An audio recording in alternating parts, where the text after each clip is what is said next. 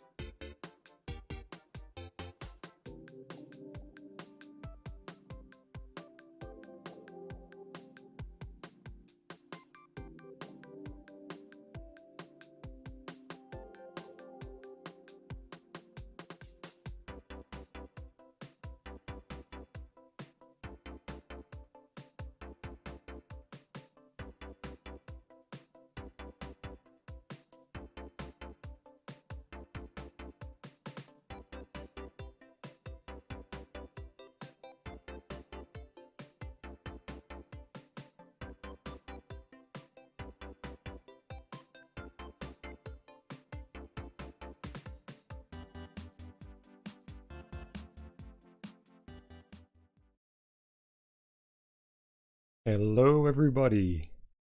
Oh, it's so great to see so many people here, so excited for Game Builder Garage. Just give me a moment to switch over to the Nintendo Switch. And get rid of the timer for now. Alright, I'm so excited. I've been waiting so long for this. Hey everybody! Good to see so many familiar faces in chat and so many new faces as well.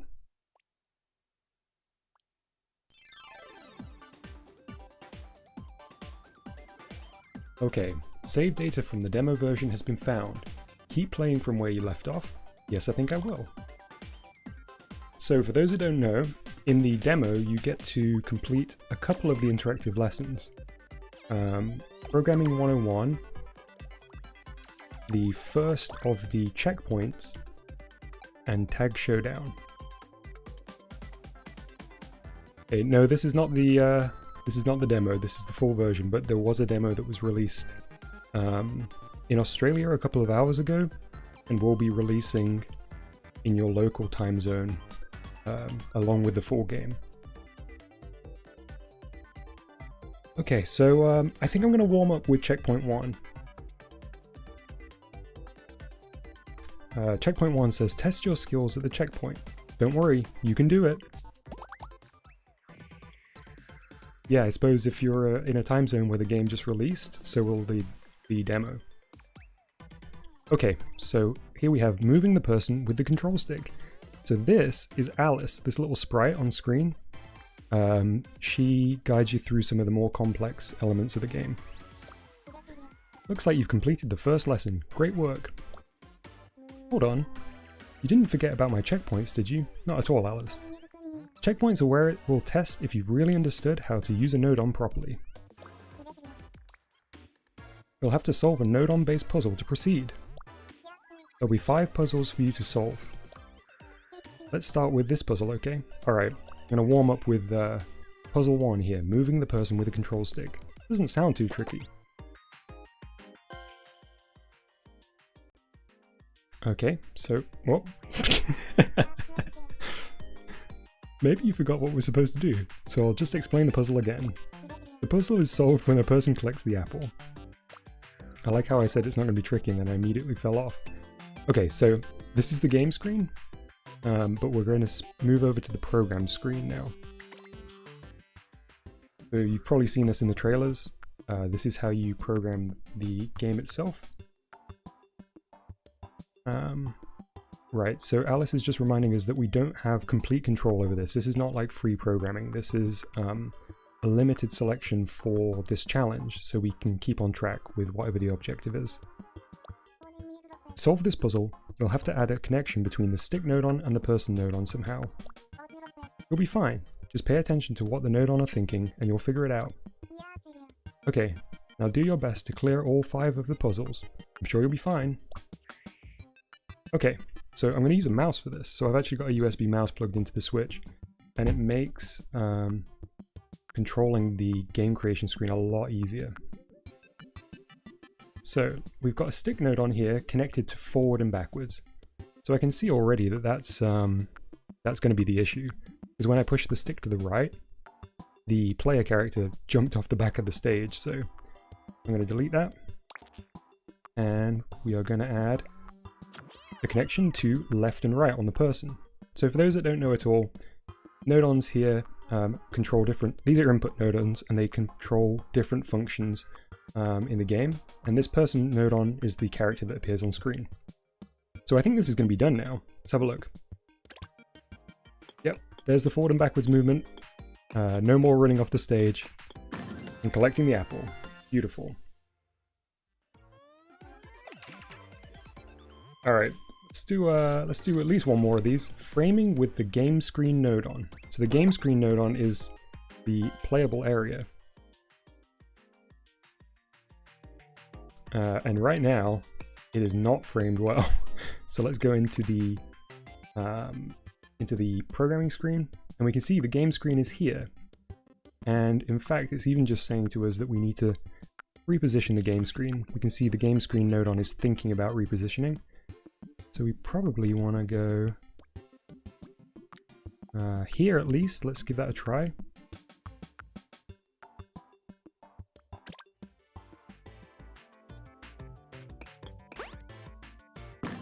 Easy. Good luck. Alright, well, if we keep going at this pace, I think we should keep going for now. Properties of objects. So this is really recapping on the things that we learned in the first section of the tutorial. So that platform just fell, and I don't have a jump function, so that's why I fell in the hole immediately. So let's get the screen back up. And what we want to do here, super simply, is set it to be non-movable. So that's the toggle that is applying physics to the object we need to cross.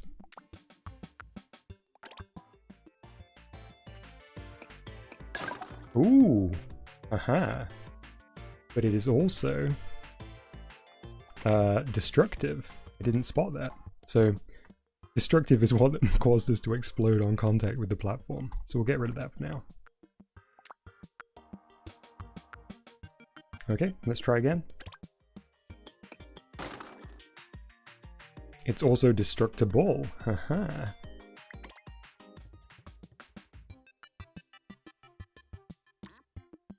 So, destructible's turned off now too.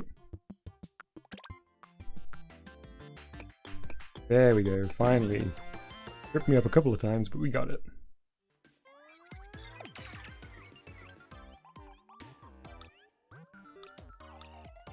Okay, let's do invisible objects. I think after this I'm going to go straight into the free build mode. At least until I reach something that completely stumps me. Okay, so we collide with the block there and instantly explode. So, what's this? He wants us to have a look at the box object up here. Perhaps we need to turn movable on, so the block will fall from here on top of this and destroy it before our person Nodon gets there.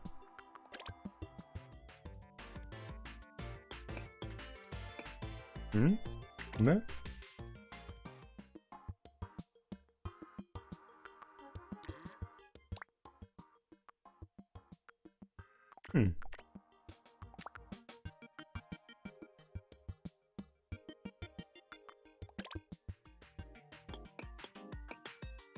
That's strange. Wonder why it doesn't fall.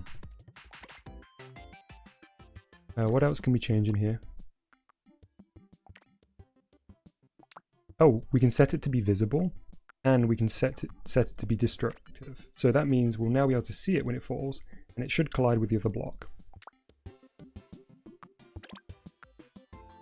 It didn't collide. Double check. We need solid too. There we go.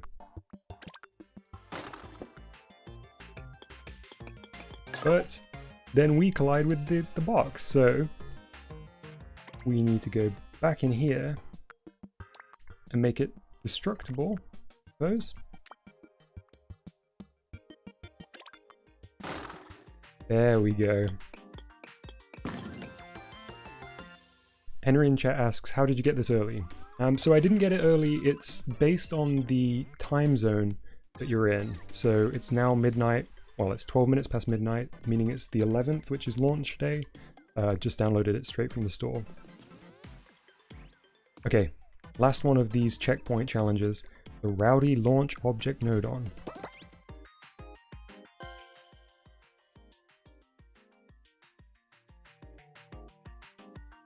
Okay, this looks intense. I can hold here to restart. There's a second where there's no projectiles filing up. Let's see. Okay, so it's suggesting we look at the launcher nodon, so that's where the projectiles are coming from. And we change the launch interval. So we can set something quite high here. So basically, even though the balls are going to be firing, they're going to be so slow it's not going to affect us. Try 500, see if that's high enough. In fact, the highest interval we can do is 100. But I think effectively this is going to mean it's basically not firing. Yep, look at that. And we've got jump here. So, obstacle avoided. Okay, checkpoint's done. I love this screen. The kind of pixelated sparkles look so good. Alright, Alice is back. Looks like your knowledge of our Nodon friends is really coming along. Thanks, Alice. If you're going to be programming games in Game Builder Garage, then it's really important to have a good understanding of the Nodon and how they work. All those Nodon, those funny little things living inside our Nintendo Switch console. You rattle it, you can hear them. You could say that Game Builder Garage is a tool we use to wield the Nodon to write programs. So please use Alice's guide and the puzzles to learn how to wield them properly. Okay, see you later. Thanks, Alice. Bye. CPW in chat says, I love how each Nodon has its own personality. Yeah, it's incredible. One of the things that I was kind of concerned about is that, as a big WarioWare fan, I wished that this game was a WarioWare DIY sequel, but I'm so impressed by the level of personality, because I feel like Labo was a little bit lacking character in the VR creator. You know, it was very basic, whereas this is just teeming with character. It's amazing. The personality is off the charts. Okay, so as I mentioned, your progress from the demo carries over, and I completed the Tag Showdown tutorials, and once you do, you ship the game and you can see it in your games list. So I'll open it up and show you what it looks like, but it's super simple. It's actually designed for 2 players. So we set up the stage, we set up the programming, we have a player on the right, we have a player on the left, and balls that can come down and destroy them. But the objective is for the red player to take out the green player, and then it will auto reset. So I'm going to head back out of this, and I'm going to try a new project. I'm a little bit nervous. I feel like I'm not quite ready for it, but let's give it a go. So we get a blank game world to begin with. I'm going to use my mouse for this because it's a lot easier, I find. So let's start with an object, and we're going to start with a person. Now, in this list, there are lots of really exciting things, but I think I'm going to have to take it slow to begin with. So we have a person, there's forward, backwards, left, right, jump, action. I want to just be able to control this character to begin with. So I'm going to go to input, stick movement, left and right. So this means once it's paired up with the left-right movement, if I go into the game world, We have our character. Can be able to move around really easily. Now, I want to be able to jump as well, so we'll go to input, button presses. We'll use B button. And we'll drag that to jump. We'll test it. Yeah, we got jump. Okay, so now something that I haven't tried in the tutorials yet is how you bind the camera to follow the person Nodon. We do have this sort of side input here, so I'm going to try that in case it is that. But first of all, what we need to do is actually get a game screen Nodon in.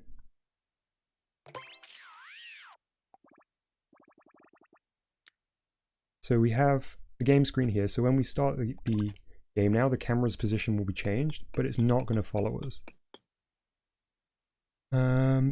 That one guy on the internet asks, what kind of game are we making? Just a 2.5D platformer? I don't know, I'm just sort of freestyling, getting ideas right now.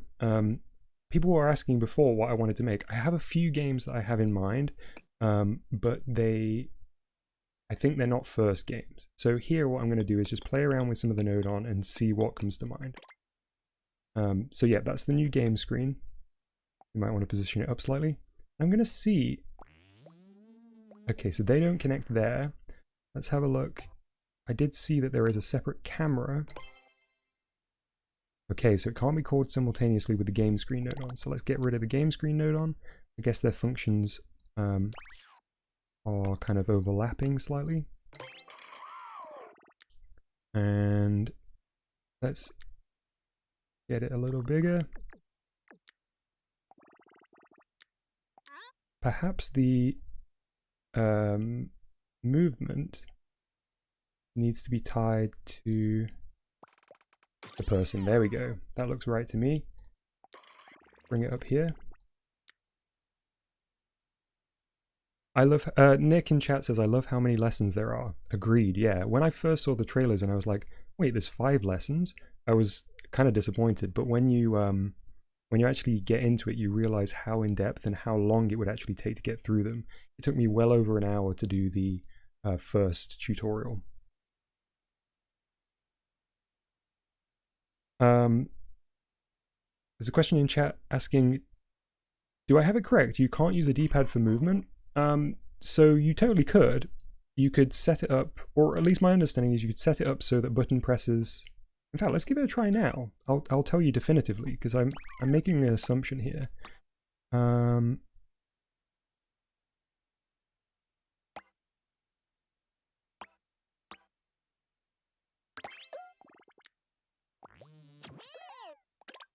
So I've just set it up to... Oh, we got the camera offset at the moment.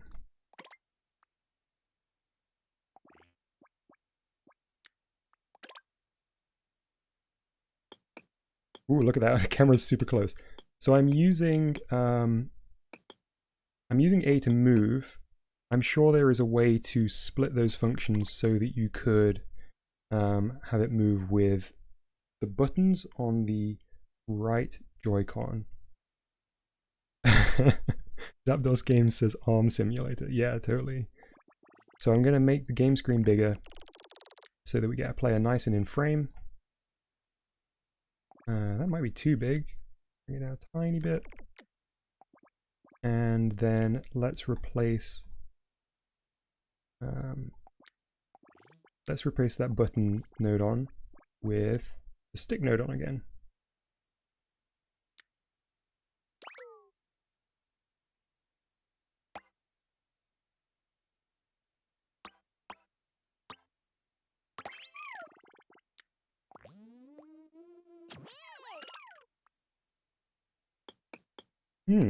I wonder why it's still so close.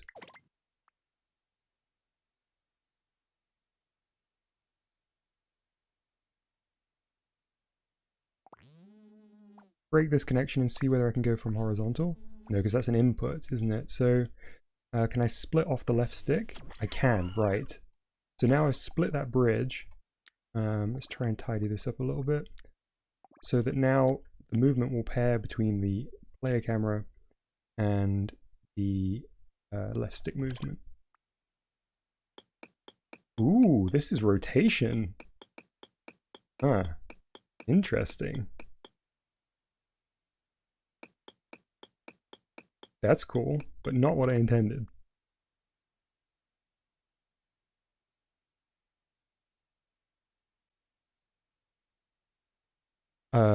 Toa says it follows the person with the game screen, not the camera. Okay.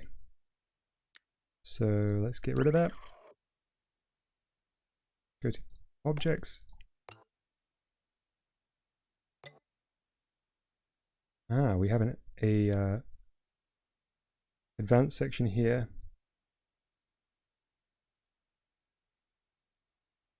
We want to use the game screen.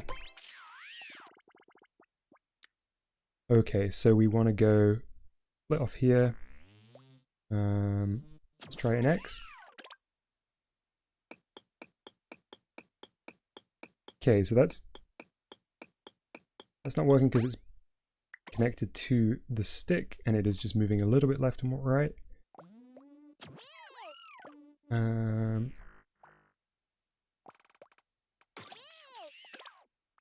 There we go, we've got it. Perfect. So now we have a camera that follows our character, but we need a stage for him. So let's go to objects, and I'm going to do a simple object and box. So right now we're on the ground, but we actually want to go up into the air a little bit. Having said that, maybe we can do it based off the ground.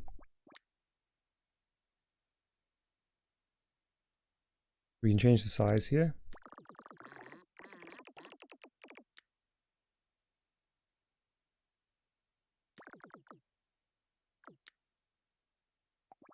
Okay, so let's just have a look at this in-game. There's our block.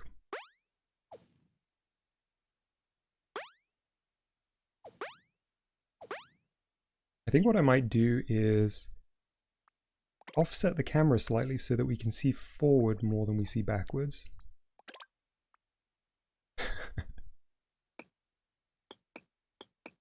Huawei in chat says, nice bro. Cheers. That was basically the next Mario. Yeah, we're done. Ship it. It's done. Mario 65. We have a block. Should we have a look at some of the options for our person? I don't want him to destroy the block right now. Let's give him a color though. Go nice yellow.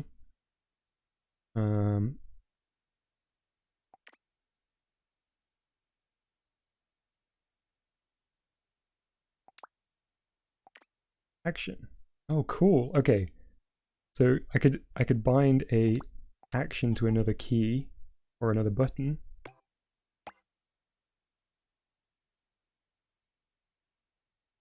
So let's go.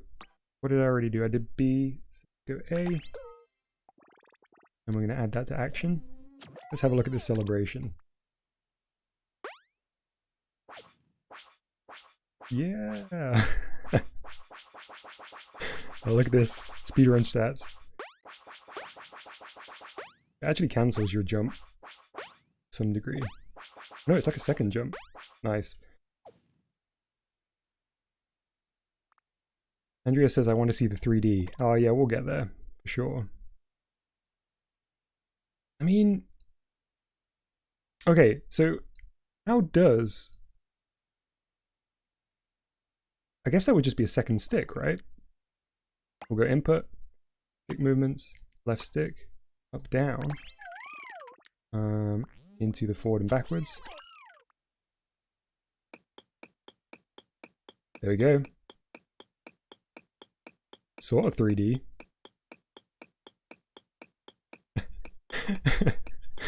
Tyler64 says hat, it says but lol tee. Can't believe you do this.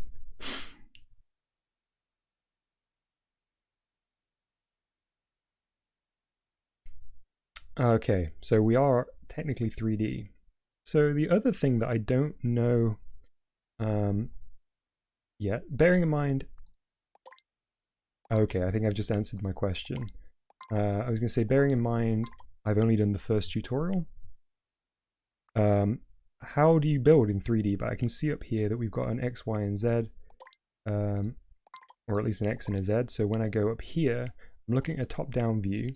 So this is essentially our ground plane being represented here. So if I copy this box and drag it over here, we now have a box in the background. Look how quick that was.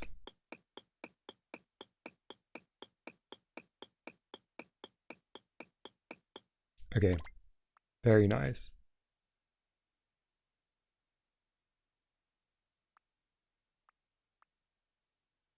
All right, what kind of thing do I want to do? So right now I'm feeling like maybe a simple maze using the 3D controls would be nice. I'm guessing what I would do in order to make that work is go back here, delete this game screen. Yeah, delete this game screen, go here, go objects, game screen, and just replicate what I had before, which was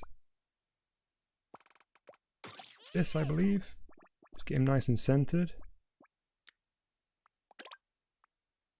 Ooh, look at this. This is a weird view. Yeah, CPW in chat says for the maze it would be cool to have a top-down perspective. That's what I was thinking too. I've just noticed we can push these blocks around. It's already pretty good. Let's celebrate by one. Okay.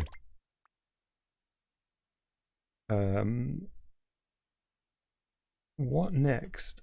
So I think we should really work on our scenery. I also need to zoom that out a little bit. One thing that they mentioned in the tutorial is there's two ways you can zoom the camera out. Either by dragging it and making it bigger so we can see what this looks like.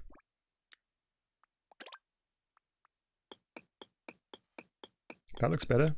Or the other way I could do it is by resizing the player as well. Henry in chat says cheese block. Cheese block maze. Maybe we can be a lab rat. The other thing I noticed is that we start the wrong way around. But maybe the way we want to fix that is by moving the camera around rather than rotating the player. We can't change the game screen, so we'll spin our person around. Sorry for being upside down. There we go.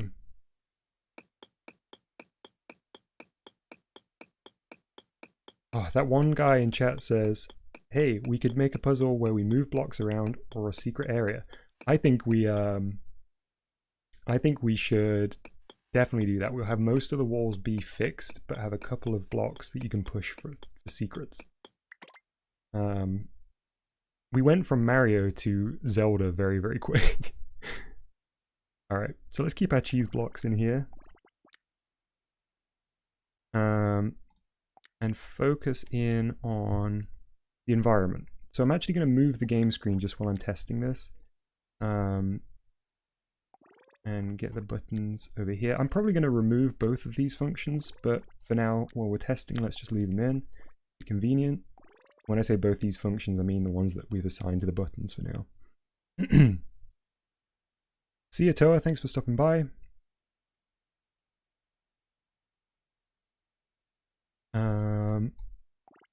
Okay, so we'll use the ground plane as it is, and we will create some more objects. So I can actually just copy this one. This would copy the parameters that are associated with it too, if need be. That seems to be the longest I can make a block, which is interesting. You can obviously pair numerous up, but it's kind of good to know. So let's go into the parameters of this one so I'm not having to set this every time. We're going to use this as our basis block. So we're going to use it as a box. We're going to have it solid, visible, not movable, not destructible. Not destructive for now.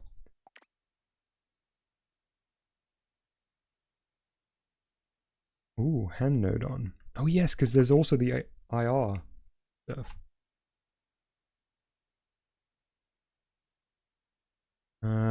color. Let's think about what kind of color scheme we want. So we've got a yellow player. I mean, we're doing cheese block, right? So we should go yellow, and we'll change the player color. And we've got material options here. So I think it's really strange that they refer to this as material, because what it really means is the properties of it, rather than its appearance. So material options, we've got normal, bouncy, slippery, floaty, and zero gravity. We won't use any of those right now. And we won't use these connection types for the moment. I'm also now going to flip back here and adjust the height, if I can get clear angle on it. There we go. So we don't want to be able to jump out of this maze that we're building. That should be plenty high enough, probably too tall. Let's bring it down a tiny bit. Okay, let's test this wall out.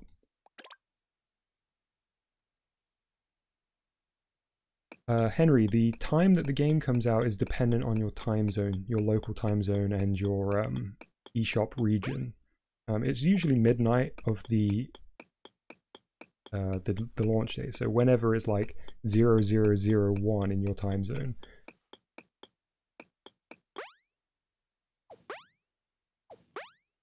Ooh, look at this jumping puzzle. Also, I chose a different yellow, I guess, for this block. Those ones feel much more cheesy.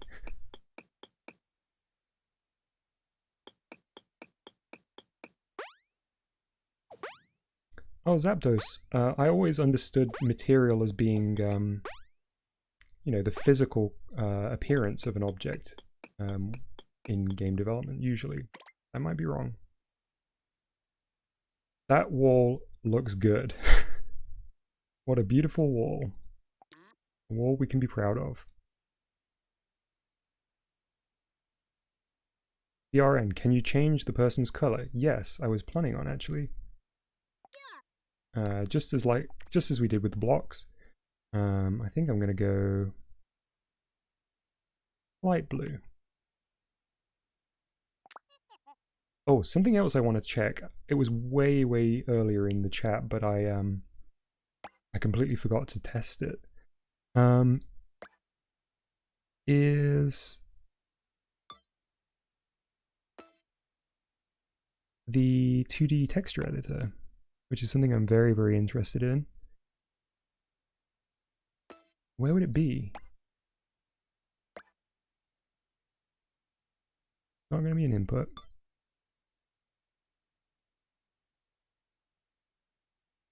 Ultra 64 Archive is asking how did the 2D sprites work?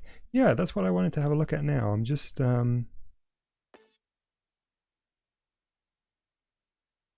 testing.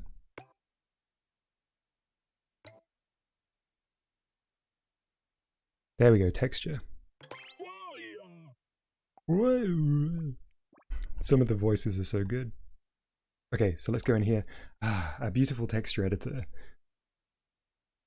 Can't believe there's no music while you're making textures. That's disappointing. That's the first thing that's disappointed me about this game. So we're not going to worry about this stuff yet. We're just going to draw something and see where we go from there. Somebody was asking how big the canvas is. That to me looks like it's probably 64 by 64, right? Yeah, probably.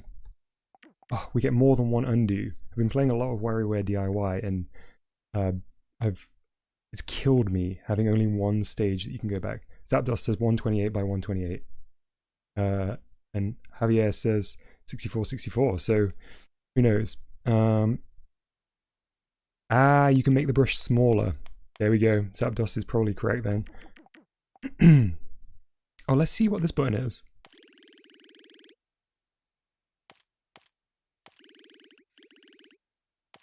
Huh. I'm none the wiser. Makes a different sound. I thought there would be some kind of tapering? There doesn't seem to be.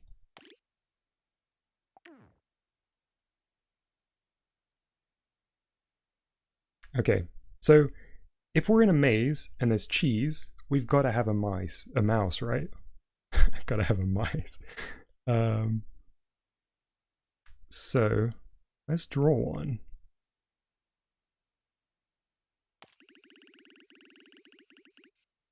Okay. It's going to be top down, remember? I'm going to do an outline in black.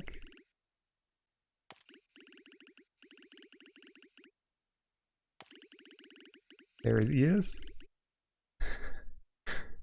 Here's his tail. Zoom in. Oh, we have to use that to move around in this screen, okay.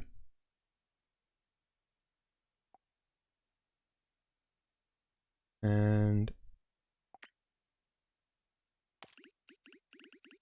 interesting. That's a strange limitation. When you're zoomed in, you can only use the small brush.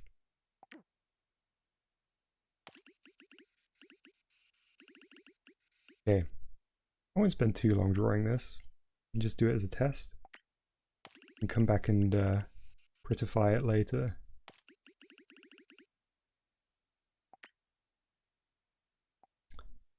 Yes, CPW, I believe you can put textures on 3D models. However, my understanding is it can only be the simple shapes like cube and sphere and cylinder, not the complex or fancy, the fancy ones. Nick in chat asks, how big is the maze going to be? I don't know yet. We'll kind of just feel it out. That's a mouse. Put some fur on it. We want kind of want a disgusting mouse. And let's get rid of the overlap here. Oh, that's a good eraser noise.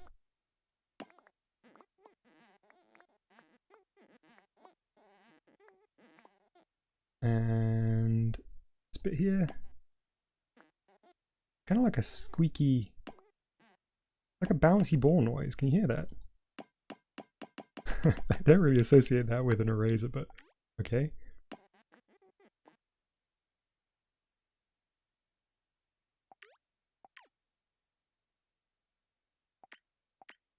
And let's do the interior of the ears. Okay. Now this mouse doesn't look very bad.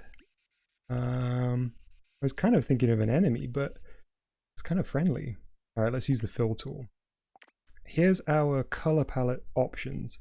I believe you have a limited palette, but that's one thing I really want to test out. Because if I, fill him in green, and then take green out of the palette, and make it something completely different, it stays the same. So that was something that people were really unsure about prior to release, whether or not you really only had 8. But you have as many as you want, it's just a UI limitation. Sorry, I'm just taking a chance to look through chat. That one guy on the internet says, hey, after we do pixel art, let's take a look at the music. Yeah, so I don't think there's music creation, but we can edit the existing music for sure. Alright, so let's set up a palette. I think we want to go... let's go something that will stand out against the yellow. Let's go for this one, and this one, and we need white. Yeah, those ones here, probably good for the mouse. Let's fill. Let's change these and fill. I'm gonna have to zoom in to get all these little dots.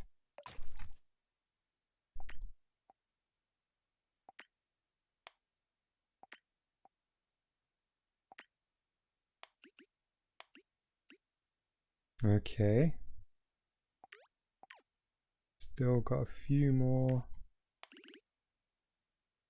over here.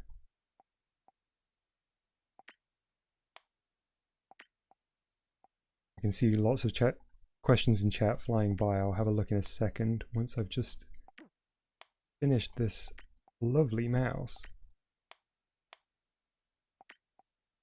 Okay, that looks like it's done. Except for maybe that one dot. See if I can go in real close. Oh, look at that precision. I'm going to leave that one dot because it looks like his nose is shiny.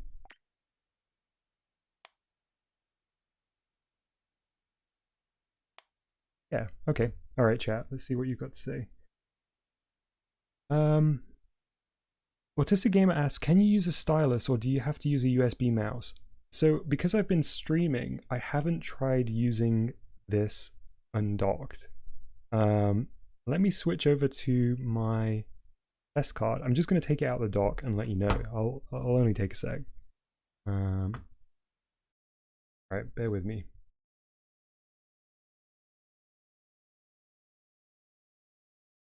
Okay, I can confirm you can use the touchscreen. So if you had a compatible stylus, that would totally work. Yeah, for sure. That would work pretty nicely. Oh, Fishy Films has confirmed you can use the touchscreen anyway, so that was kind of unnecessary, but it was good to know. Alright, let's put a little...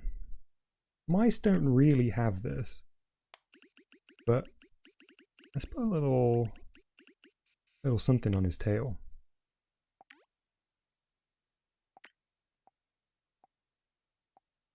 I think using the touchscreen would be a really nice way to do this. I'm enjoying the mouse. It feels very familiar to me because, as I mentioned before, I've been playing a lot of WarioWare DIY, and I've been emulating it, and the touchscreen interface on that works nicely with a mouse. Okay, let's finish up this mouse. There we go, beautiful. Let's turn it off. Oh, you can also... Oh, so the guides are not a grid, or there is a grid here, but there's like templates. That's really cool. I would never have guessed that. That frog. Okay, cool. Well, let's just quickly cycle through those. Alright. The LED numeral will be very useful. Hell Custom asks, what mouse are you using? Generic USB mouse? It is a very old Fireglider mouse that I used to use on my PC. It was just lying around. I thought I'd give it a try. I wasn't expecting it to work, but it did. Nintendo have said that not every mouse will work, but feel its eyes, and there's also a bit up here. They have said not every USB mouse will work, but the fact that this worked makes me confident that many will.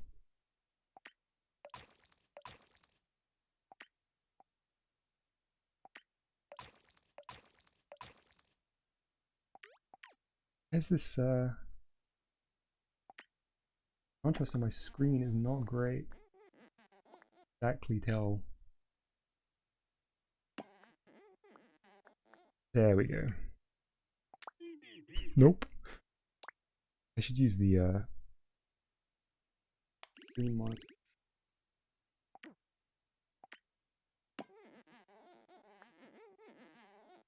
Is that all of it? I had 2 pips.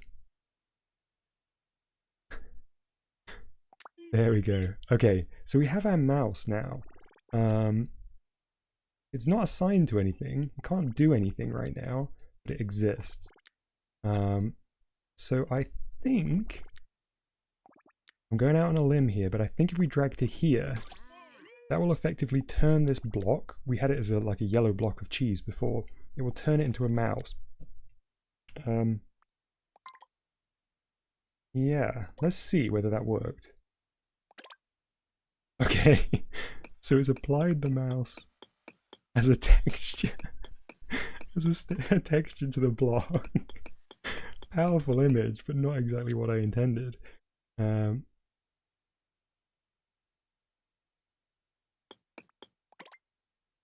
So let's see. Do I need to turn it invisible? So that we just see the texture? Oh no, look. So good.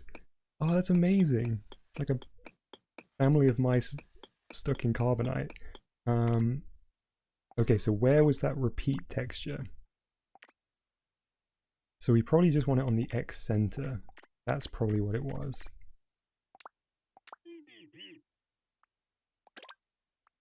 Oh no, sorry, not X. Wowzers. Okay, well, then that didn't happen. So Z center?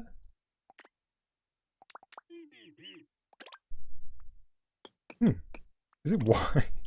Come on, I had a 1 in 3 chance and it took me, that's confusing. Mouse explosion. There we go. So it repeats at the moment. I think that's to do with the ratio, you know, the canvas is square and the mouse is, sorry, the object is not.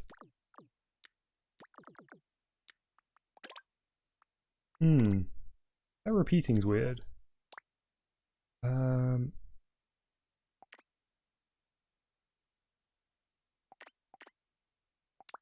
Still gonna repeat here? Oh yeah, it repeats.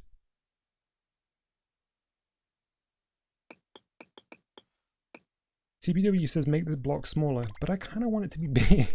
Oh, do I make the mouse bigger? Oh, very smart. Okay, so I just match up the size of the mouse with the object. Don't want to stretch him. Okay, there we go.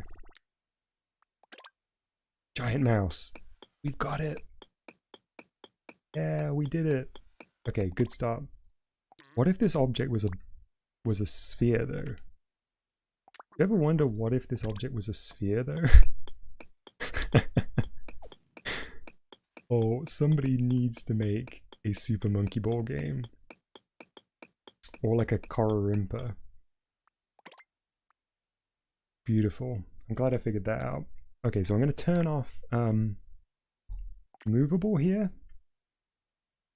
Because I think we need to control the movement of this somewhere else. I think we'll have some kind of AI to control this. Man, I'm just thinking now, right? So if you bound an object with a... Okay, this is not the game, but I need to test this. All right, so let's change this object back to a box. So we've just got our mouse. In fact, we need it to be movable too. Okay, right? So there's the mouse. We're gonna ditch the person Nodon shortly. Ooh, that's visible. Oh, this might be a convert of some kind. I want to move the mouse. I want to move the mouse. KG and then a bunch of numbers in chat says, "How did you get this?" It's out in my my region now. Mouse to person? Is that really how it would work? No way. I don't think that would work, right? Okay, wait. So you can texture the complicated objects, like the fancy objects. Holy crapoli. Alright, object. You're dismissed. Wow, that was a great shout. Sorry, who was that? That was DRN in chat. Thank you so much. That was an incredible shout. I don't even know whether that was necessarily what you intended me to do, but it's beautiful. I can now rotate person around, I suppose, and see if I can line this up. He's going to be on person's head, basically.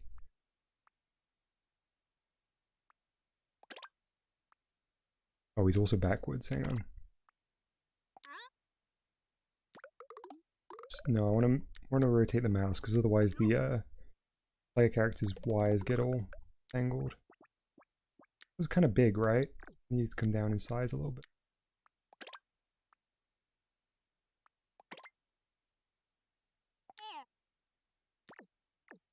Probably even further, actually.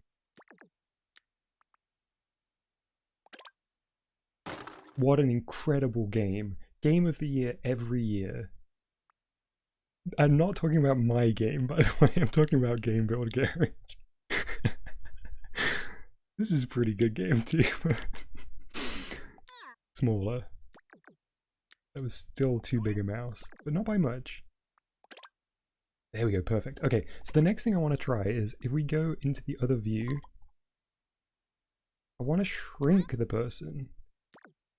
So he's always... It looks like the person is always the same height. You can't kind of... Unless... No, it doesn't look like you can squash him proportionately. KG, I did already respond to you, but this is out in my time zone. It's dependent on your local time zone. Javier says, make a cheese sprite for the mouse to eat in the maze. I definitely will. I'm just gonna put holes on that block. Check this out. You ready?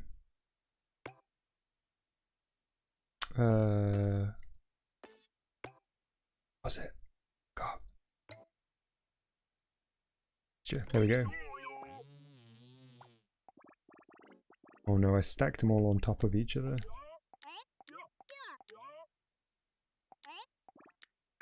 Is it just me, or does it seem crazy that there's no music on the screen? Isn't that wild?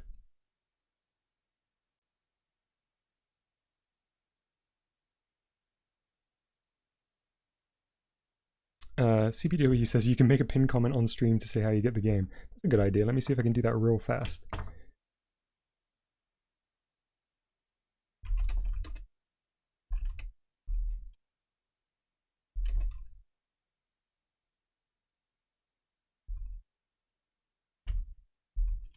Bear with me, folks. It will save us time down the line.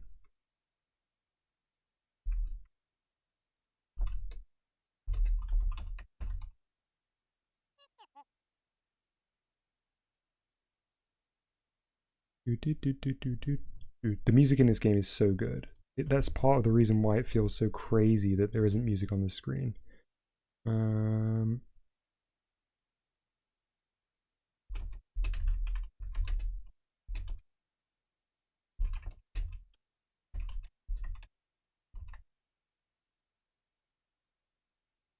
Local time. Done. Alright, I'm going to send this and pin it. Maybe that will help. Who knows? Alright, let's get back into this. So what was I doing? Okay, I was making cheese, wasn't I? That's the wrong mouse. Let's connect that up to this object. And let's get drawing. This is going to be super, super fast. So that's too yellow, in my opinion. We want... there's not really anything less yellow and more orange. Maybe this one. Oh, you know what? I don't even need to do the yellow though. If I just leave the transparency and I just draw some circles.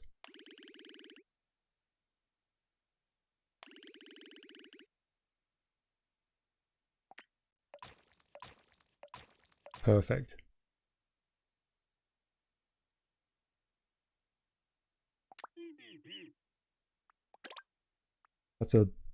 That is a lot of holes.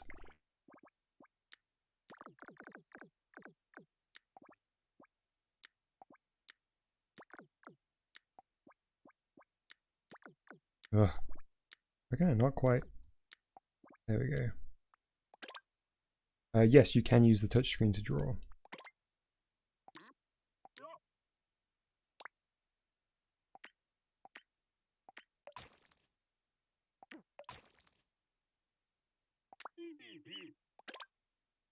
There we go.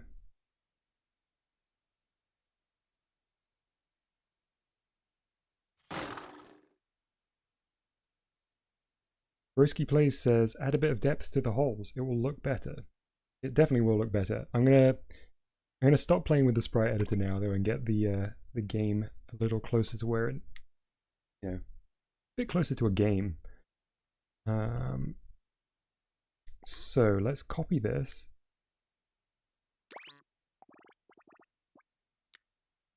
And copy it again. And rotate.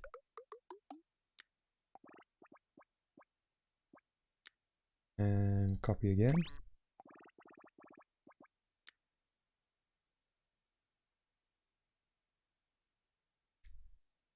Thanks for being here, the bookmark. Can I select multiple things? And if so, how? I'm sure that was... I'm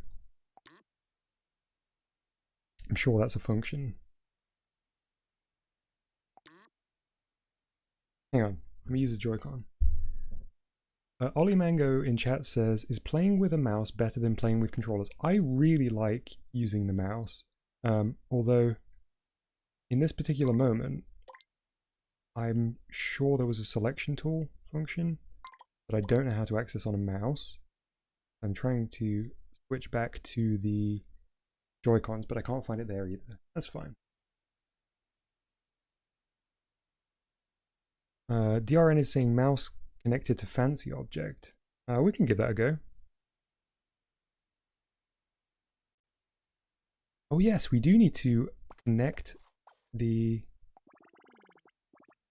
We didn't move the game screen, did we? There we go. Nice connection there.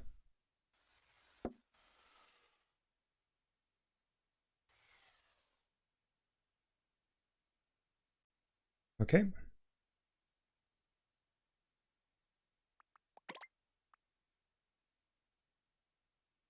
So let's finish off these walls. Get this out of the way. So that we've got something in the way. Don't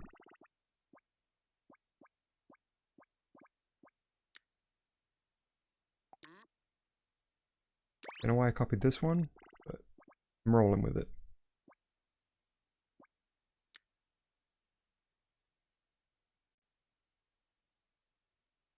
Danny160 asks, what are you going to do with the shadows that makes the mouse look like it's levitating? Yeah, so that is that's something that will probably be fixed by connecting the mouse up to the fancy object rather than the player character. Potentially. It's happening because the player character is levitate, or, you know, has height, and this is mapped just to the head of the player character. So, I mean, we could also imagine that it's a flying mouse, but I want to fix it. Do we still have jump bound? Not that I want to use it, but... Whoa! Oh no, that's a nightmare.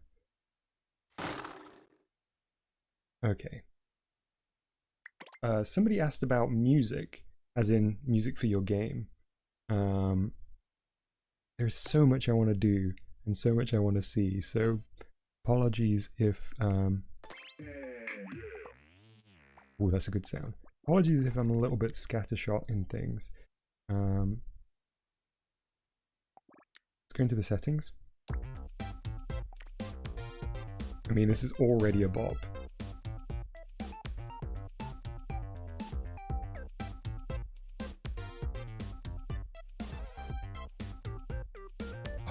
So good.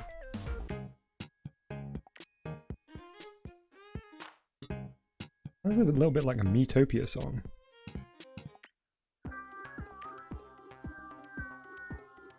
Wow. Everyone's saying Mad Dash. Oh, this is a bit much. Okay, so one of the things that you can do is change the instruments.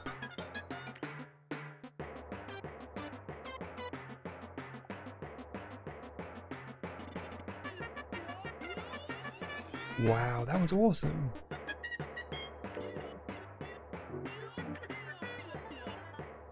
That sounds...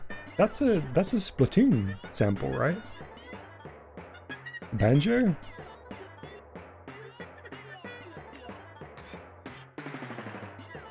This is a nightmare. I'm not doing mad dash. This is too... This is too nightmarish. Well, hey now. This might be something.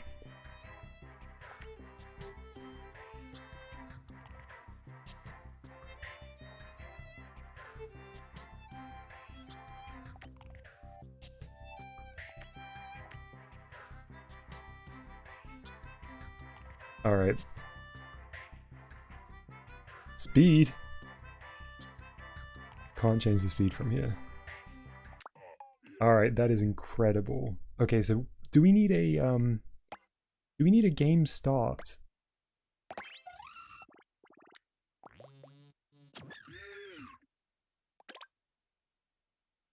Interesting. Let me delete that and see whether it will just play by itself otherwise. No, okay. What are its options? Play, volume, and speed. Ooh,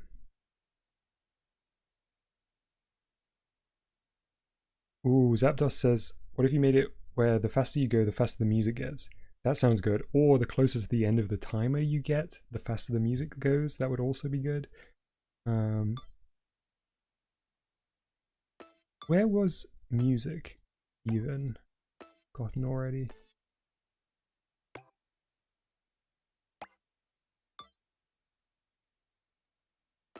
Oh, it was in...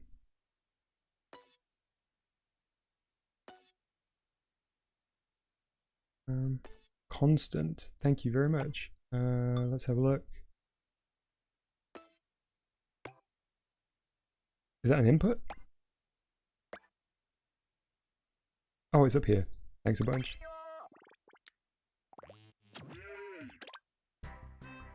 There we go. Thanks, chat. Thanks to everyone that was suggested constant.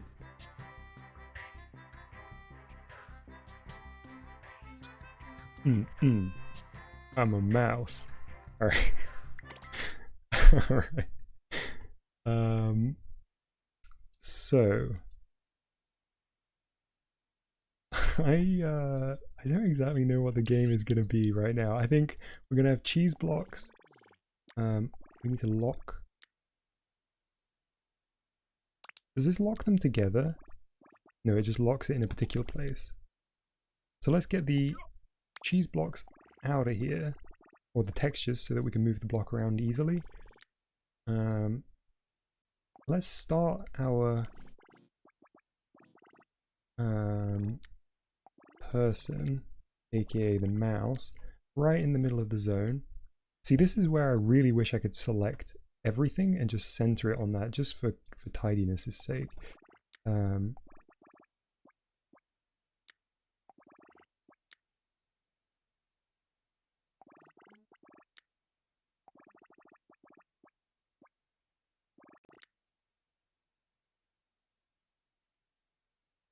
Just having a read through chat.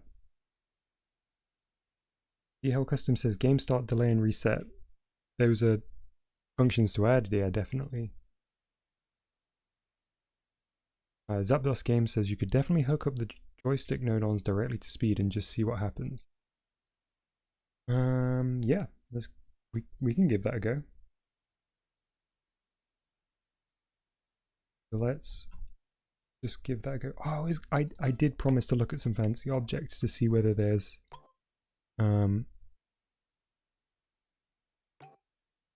something here.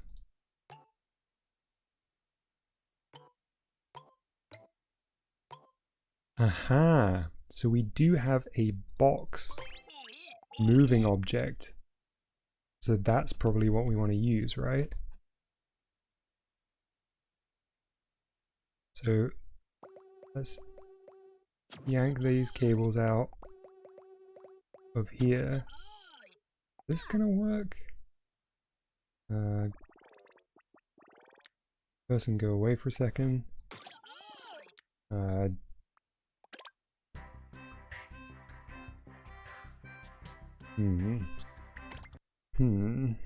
What was happening there?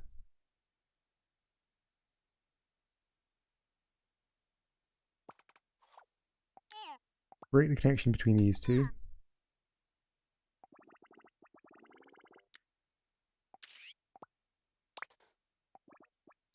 shift this one over here. I think he ate too much cheese. He definitely looked like it, didn't he?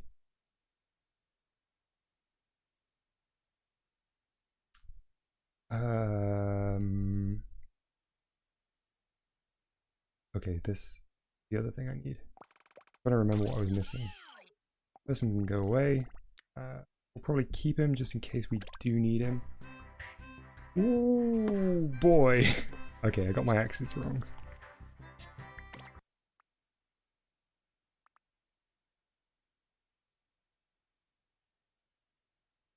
Okay, so up and down stick needs to go on the Z axis.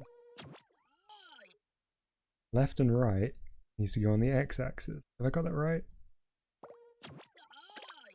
I do. Whoops. Good start.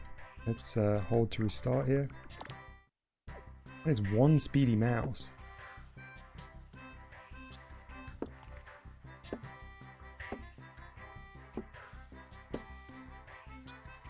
Thanks, Bob, in the chat. Yeah, that's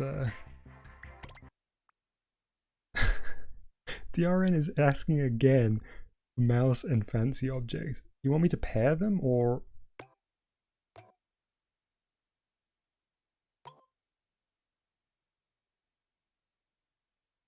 I mean, I'll do it. I don't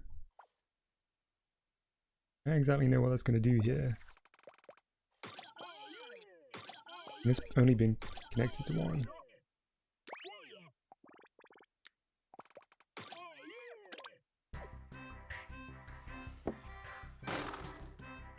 So it's there. It just acts in the same way as the simple objects.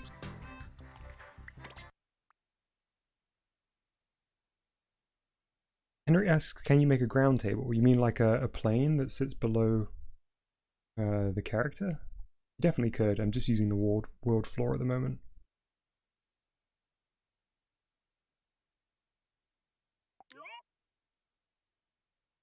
Alright, let's get rid of all this nonsense over here. Let's go into the settings, make it invisible, make it destructive.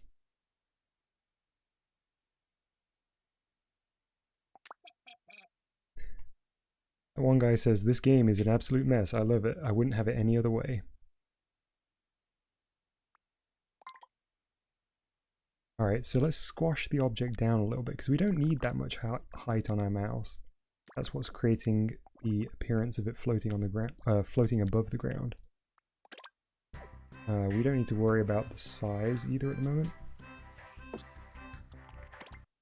We can fix that here.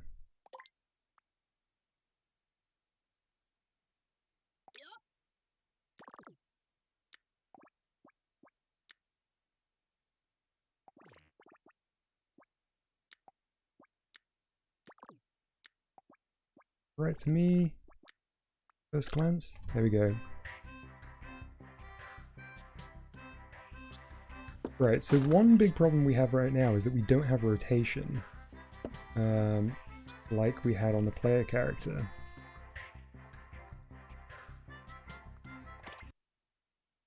And I also think if we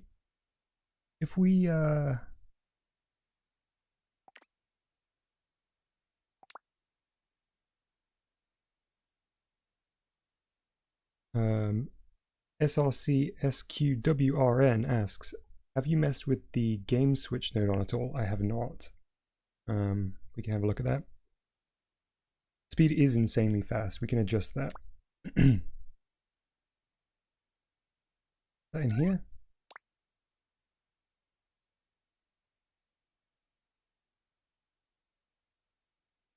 Ah.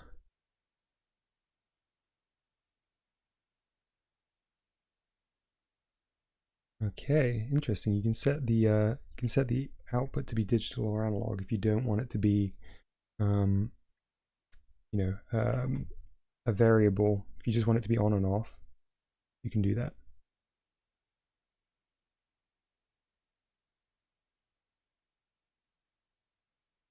Connect the direction to the mouse shape.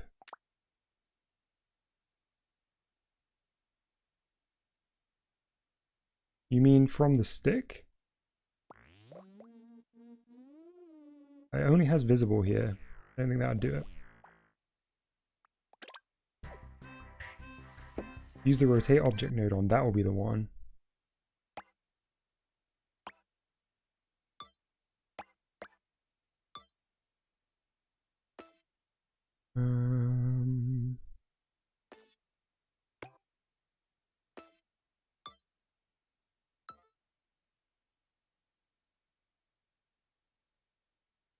Where is the rotate?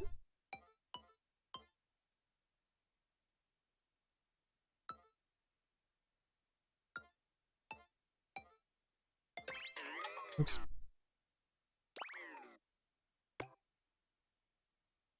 But I believe.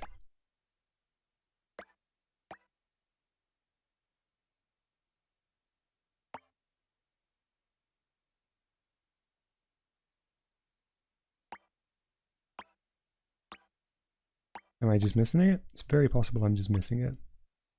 Z rotation speed.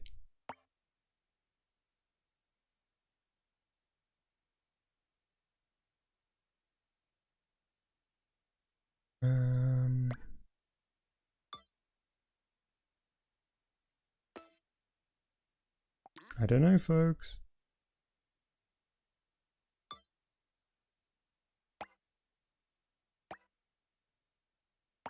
Rotation speed console. That only has a output. It's interesting. Why does it not have an input?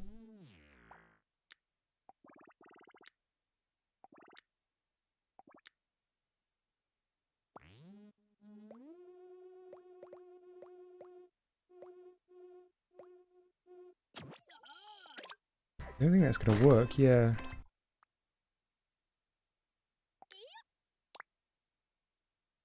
So that's using the gyro, right? Oh, hang on. Check the left Joy-Con. That's the... Okay, so that's using the gyroscope in the left Joy-Con now. That's me... You see the little indicator in the bottom left? That's me spinning the Joy-Con. So when it says console, it literally means the console, the Nintendo Switch. Let's delete that, but we're on the right track.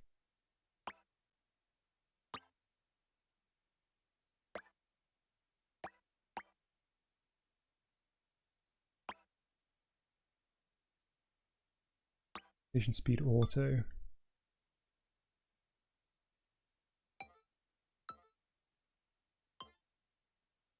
I think it might be something here, you know. No, these are all these are motion as in using the motion controller.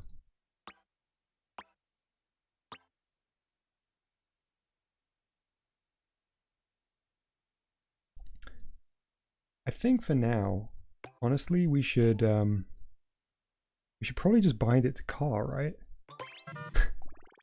So we don't have to do any of this? Is that gonna work?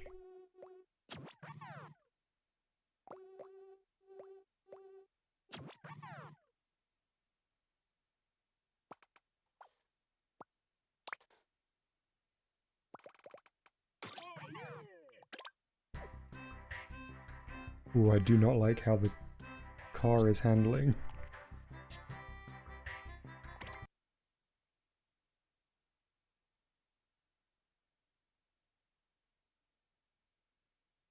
Yeah, Broski Plays says maybe you should try that space shooter tutorial and learn more about the rotation and stuff. Definitely. I mean, we can leave our cheese adventure here for now, and come back. But I think that's exactly what I'll do.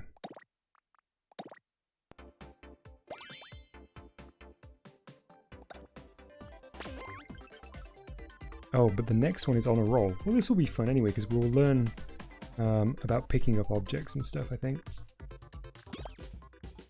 Great logo. Using the overhead view. Oh, we're way ahead of you. Dom, you've made it to lesson 2. Hey, we took a weird detour along the way. CPW says on the roll is about motion controls. Yeah, but there's other things we'll learn for sure, like item pickup.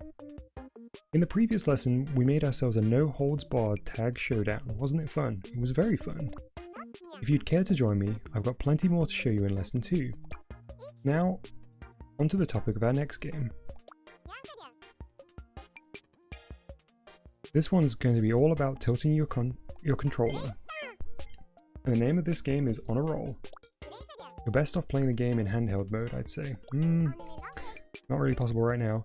Try watching the next video like you're looking from above at a box with a ball inside.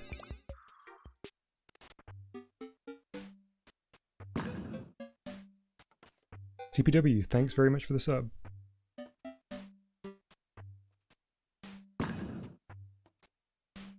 There's top tier ball rolling. I can't wait till we get a counter in our game. Okay, it's all good.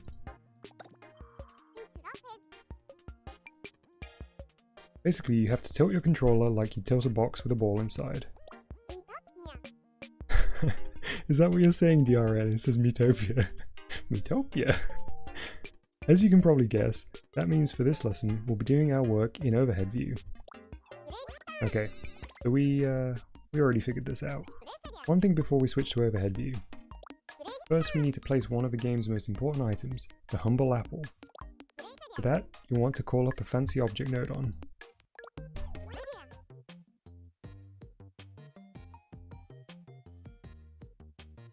Open objects here. Fancy objects. Round fancy objects. Apple. And what a fancy object it is too. Look at this fancy object. It's so ripe and juicy looking. The apple of my eye. There we go. Now you know how to place apples. Let's over to the game screen. That's an apple. If I had a mouth, I'd be tempted to take a bite myself. Yeah, we need to know more about the deep lore of Bob. Alright, it's time for the main event.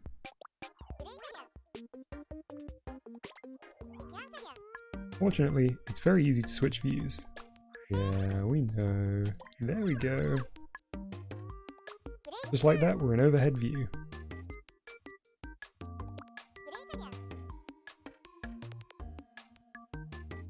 Shall we have a look-see at the game screen? Yep. Alright, so we're in drone view here. Well, our apple was always sidey-widey before, and now it's abovey-wovey, if you catch my drift.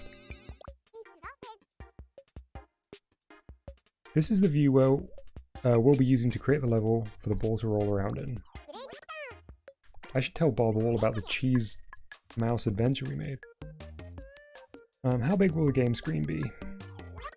Objects. Game screen. Why, hello there, darling.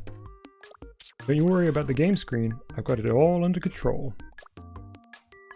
Okay, let's extend our fabulous game screen Nodon friend into the blue frame. Okay, gonna stretch this out. Absolutely gorgeous. I can tell I'm gonna be fit right in here. Alright, that's sorted. Now we'll use some object Nodon to make the outer walls. This is almost exactly what we were doing. I should have just done this tutorial. How do? Built like a wall I am. Let's fit it into the blue frame at the top of the screen. Yeah, this game is incredibly cute and so full of character. I really love the way they give an accent to the object block Nodon. There we go.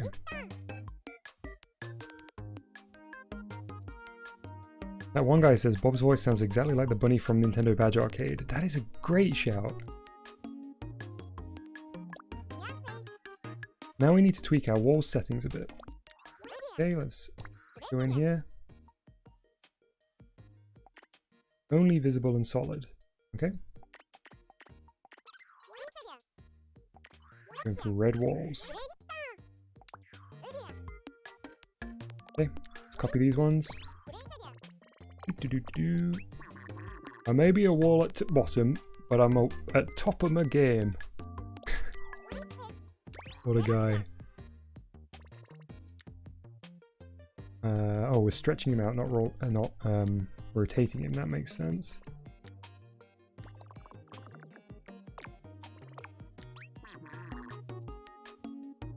I'm the left wall eye, but I keep you right. Hey up, I reckon I've got a whole screen walled up. Beautiful.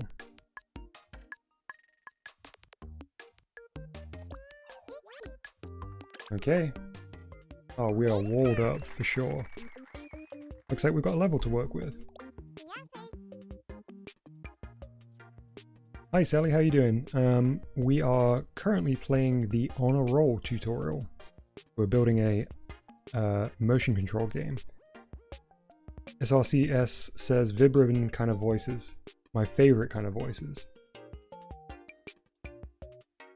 You could say we're indeed on a roll. Okay.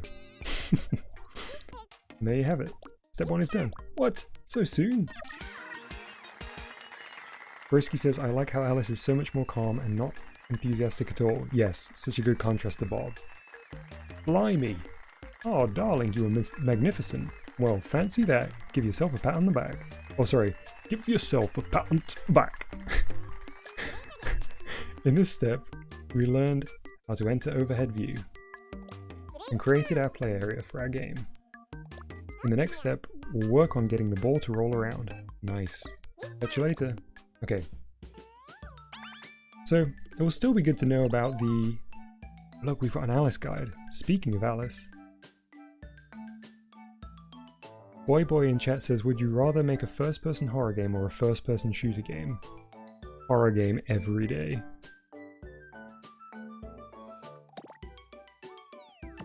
Let's do Alice's guide. I wanna hang out with Alice for a bit. Switching views and getting to know the game's dimensions. Hello. Have you heard anything about viewpoints, Dom? The viewpoint is the angle of which you see a game space. Right now, the game screen viewpoint is set to side view. Here we've got an apple right in the middle, and the blue sky in the distance. Oh, we should look at world settings after this.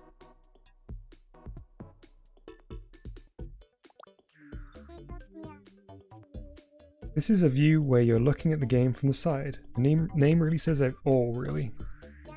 But sometimes you want to make a game where you look down from above, don't you? You can get that by changing the viewpoint. Changing the viewpoint changes the way you view the game. I'll explain the basics using this handy apple. Hello there, Dom. A bright red apple. Is there anything sweeter? Such crisp roundness, such vivid colour. Delightful. Anyway, there are two types of viewpoint. Right now, we're looking at the game space from the side. We'll call that side view. There's another way we can look at it though, from above. It's also known as overhead view. You can switch between these two views here on the program screen. Quite easy to do. All you need to do is press this change view icon here. We already got this. Nice. Now the view over on the game screen has switched from a side view to an overhead view. Beautiful, look at that apple. What a lovely leaf that apple has. Yeah, we couldn't really appreciate it before. Overhead. Broski says, don't you like the Nodons to be talking and showing off their personalities in free programming mode? Yeah, that seems like a missed opportunity.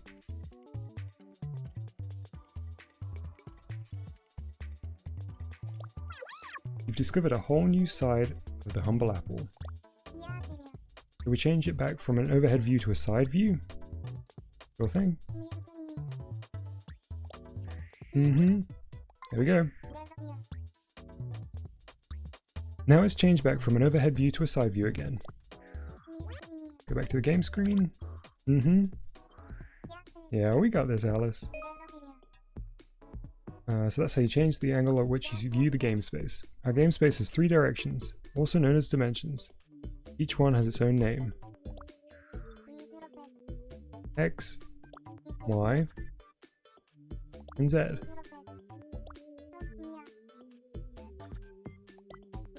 Three-dimensional space. How about we move a Nodon around on the program screen and explore it a bit. This is the program screen viewed from the side.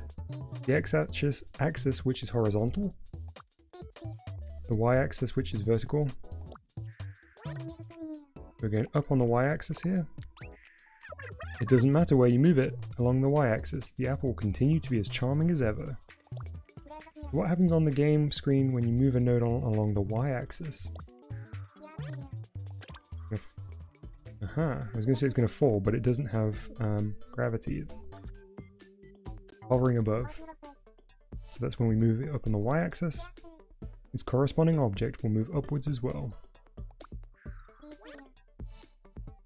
Let's go back to the program screen. I'm moving it back down. A floating apple is all well and good, but an apple firmly on the ground is the best kind. Now let's see what happens when you move a Nodon from the overhead view. Change the viewport. Let's go to the game screen. Alright. Changing to an overhead view changes the angle from which you're looking. The left to right direction on the game screen is the X dimension. Then we've got Z, which is now forward and backwards. Okay. So you saw now that the axis directions on the program screen changed when we changed from the overhead view. So yeah, that seems what chat's talking about. The x-axis stays the same, horizontal, but the vertical axis is now the z-axis. It used to go backwards and forwards, remember? It's really about perspective. So now if we move the fancy object Nodon up the program screen, we're actually moving it along the z-axis. Give it a go. An apple by any other axis remains as sweet. Ah, how charming. What do you think will happen on the game screen when we move something along the z-axis? Well, if we're in overhead view, and the camera is positioned here, it's going to start at the top of the screen. Yeah. It's moved further towards the background now. We know what happens when you move a Nodon along the z-axis on the program screen. The corresponding object will move further back. Go back to the program screen. We just learned that when you change the viewport point, then the axes change the game screen too. They're different depending on whether you have a side view or an overhead view. Do you remember the names of the 3 dimensions? Billy, Sam, and Joey. Oh no, it's X, Y, and Z. How could I forget? They're quite important to in-game programming. They're quite important in game programming, so be sure to remember them. Changing your angle of view can change the whole view of the world. It's a good thing to try once in a while. Alright, that's Alice's guide done. I'm gonna have to get a drink. I will be back very, very shortly. I would suggest you use this opportunity to grab one too. Take a moment to stretch your legs if you need to. It won't be very long, but I'm going to be AFK for a short while.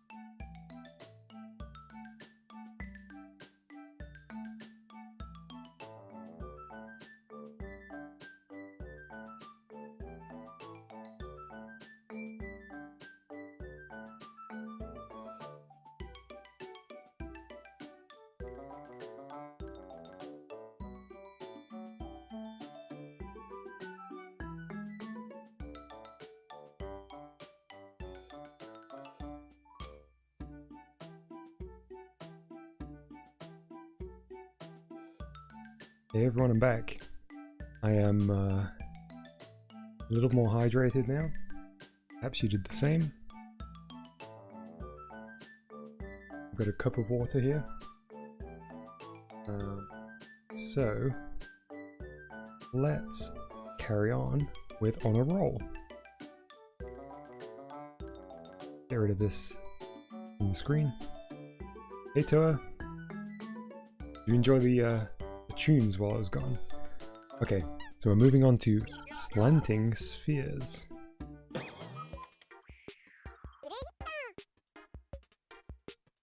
that one guy says, I have no milk and I am dehydrated. Never get dehydrated. Take a break, go get some water. Welcome back to On a Roll. We're now in step 2. Last time we learned how to enter the overhead view. We also put on some walls to make our level. Now I think step 2 should be pretty interesting. We're going to get a ball to roll around again as you tilt your controller. It's going to be rolling here, there and everywhere. Alright, time to get our ball bearing. Our ball bearings in this topsy-turvy world. Yoshi's Topsy-Turvy World. What it's called? Before we do anything else, we'll of course need to place a ball. Time to call up a sphere moving object Nodon. Maybe this is what we should have used for the mouse. Ooh, let me get my, speaking of mice, let me get my mouse to do this. Special objects, moving objects, sphere. Oh ha! Moving object Nodon here, ready for action.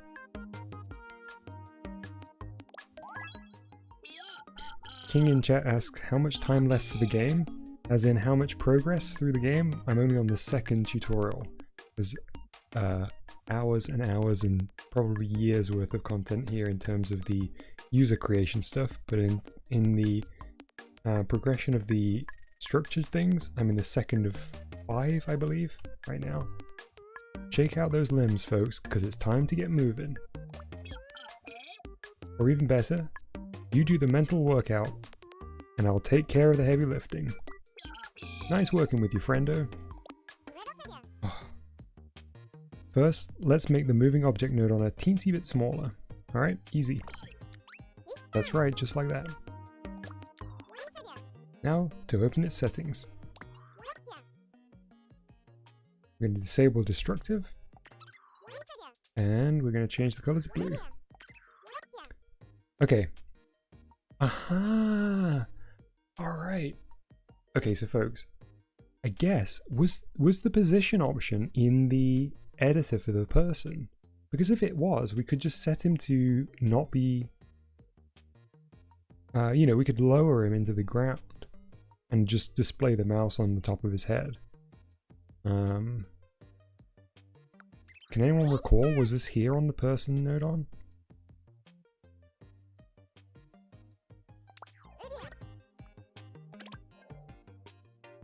Roll up, feast your eyes upon the incredible soon-to-be rolling ball.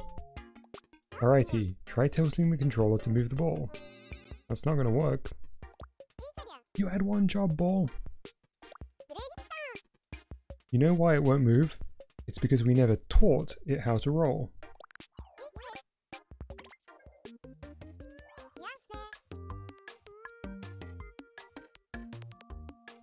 We need the ball to roll when you tilt the controller, right? Then we're going to have to call up a tilt Nodon. Okay, so... what is auto? Interesting. Pleasure. This lovable fella. Tilting the controller, are we? Take care then. You need a steady hand and a calm mind for this sort of work. Okay, let's place it over here. The tilt Nodon kind of looks like there is a Rhythm Heaven game where you stomp either side of a seesaw. It's really giving me vibes of that. First, we'll make the ball roll to the sides when we tilt the controller left and right. Okay, so I'm going to really pay attention here. Because even though this is for the tilt controls, I think it will relate to what we were trying to do in our game. Can you set the range from 0, 0, 0 to 0.15? Okay. So that's kind of limiting the range of movement before we hit maximum movement, if that makes sense. So you can see in the little indicator here, it's increasing as I move up, then it maxes out beyond that as I rotate my hand.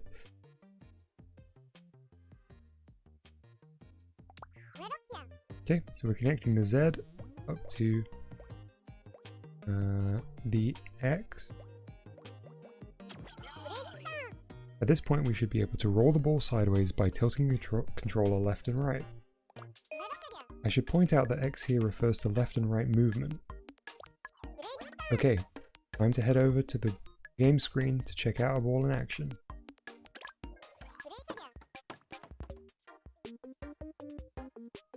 Tilt the controller to the side and see what happens. Yeah! Okay, that's very overly responsive, I would say.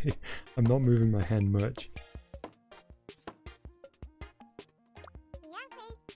So now we can move the ball in 2 out of 4 directions. Now try tilting the controller towards... Oh, well, nothing happened. Because we haven't programmed it to do anything yet.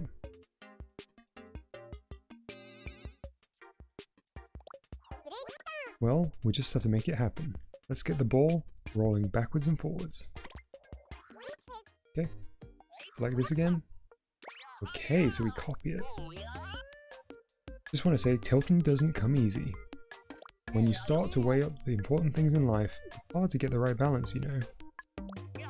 Sometimes you start leaning hard in one direction and your whole world just tilts. So it's easy to tilt or hard to tilt. Your opinion is what keeps tilting here. I'm tilted after that conversation. Open the settings and we'll set up the output for our forward-backward tilt motion. We can tilt forwards and backwards by rotating around the x-axis.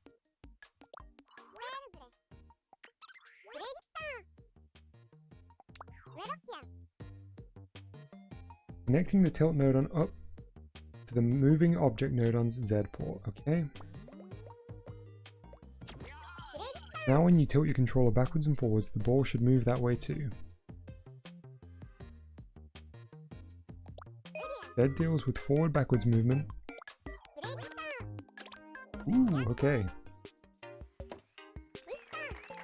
And hit the apple now. Just bounces around at the moment. Very nice.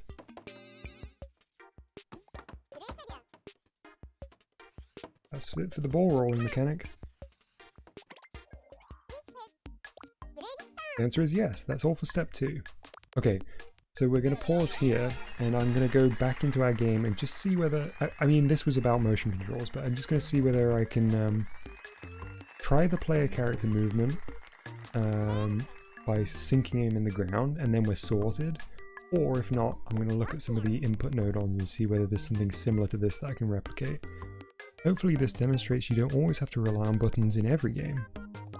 Finding out new styles like this is part of the fun of Game Builder Garage. In the next step, we're going to make the level that the ball rolls around in a whole lot more interesting. Right then, see you in the next step. Okay, wow, we got 2 new things for Ellis's guide: on the move with the moving object nodon and tottering tilt nodon. Okay, so I did just say we were going back to my game, but I want to do the on the move with the moving object nodon again. Or not again, for the first time, because this also may relate to our game.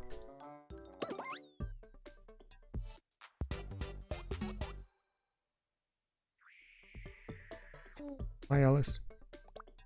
This yellow box right here is in actual fact a movable object. Try moving it left and right with left stick. If you lose the box, press retry for another go. The box is programmed so that it can be moved with the left stick. This time around, I'm going to tell you all about how to program objects that move. Okay, let's go to the programming screen. Hey there, working hard I hope. I'm the moving object Nodon. Yeah, nothing like moving your bod and doing a bit of exercise. Feels great. Hello, boing. Stick just says boing a lot. I'll be outputting a signal that lets on exactly how much left stick has been tilted to the left or the right. The moving object Nodon isn't quite like the other object Nodon. As the name suggests, it's a Nodon that generates moving objects. When I get a signal, it's time to move, huh? Yeah, like that. The moving object Nodon has 3 ports. Yeah, 3 ports, each one for a different direction of force. The first is X, that's force in the direction left or right. The second is Y, that's force that goes up or down. And lastly Z, that's force in the forward and backwards direction. Since the stick Nodon's output is going into the moving object Nodon's X port, this means the object in the game can be moved left or right.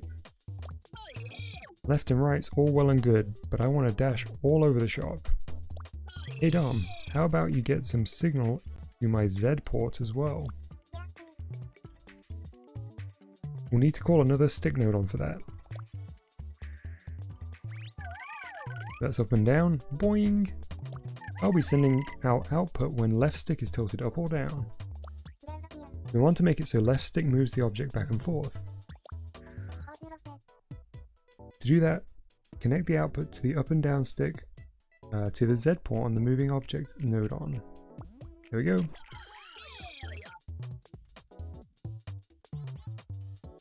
Yeah, awesome. Thanks a bunch, friendo. DRN asks, can you edit the sample games after you have completed the lessons? Yeah, I would guess so, because it sends it to your pre-programming game screen. So I would guess. Alright, sending the cheese block off into the distance. Oh, it's gone. Now let's reset. So yeah, we still don't have any rotation. This is essentially what we had, but in just a slightly different view. Since force is applied to both the X and the Z directions, the object can move left and right, as well as back and forth. Let's retry. There's something else I want to show you. This time, just tilt L a tiny bit. When you only apply a little bit of pressure to the control stick, the object moves slowly.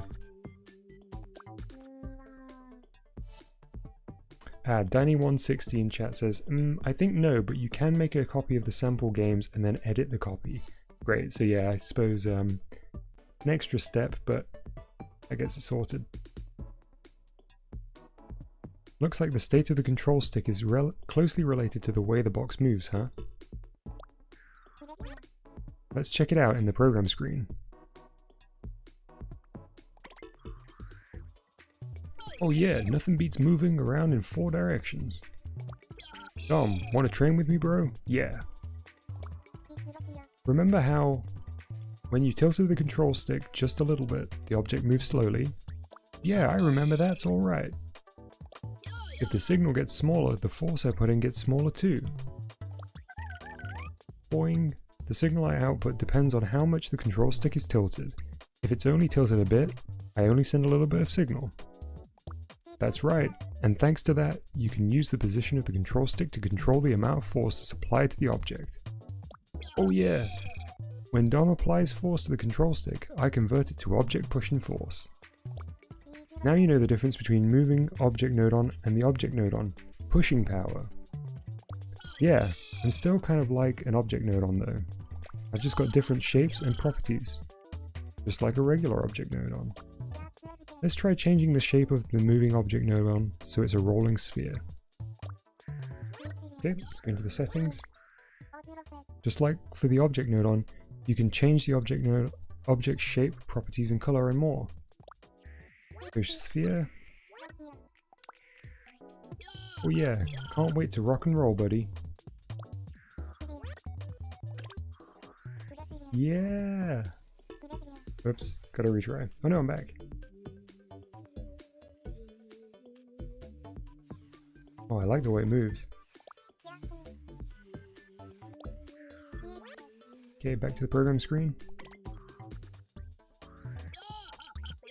Rolling around is the awesomest way to move, friendo. Makes me dizzy though. Yo Dom, let's try it together, buddy. Just a touch too fast, maybe. Whoa, friendo, so much power. You're getting faster and faster. Ah, can't stop. Right. Moving objects accelerate when force is applied to them. CPW says, it said, can't wait to rock and roll. I've got a few different movement modes, you know. Give them a go. Alright, let's have a look. So in mode we're currently on acceleration, but we also have speed. Current mode is acceleration. What's meant by acceleration here is how fast something can become in the space of a single second. Put it another way, the speed increases as the nodon continues to receive signal. The other mode is speed. In this case, speed refers to the distance that the moving object can travel within 1 second. Or put another way, the number the nodon receives as input is converted directly to speed. So with acceleration, I suppose movement would graph to a curve, whereas with speed it would be a constant. Is that right? That means that the object will keep getting faster and faster as long as force is being applied. Now we'll change the mode to speed so we can tame the velocity a bit. Then, so the object won't roll about, change the object shape setting to box.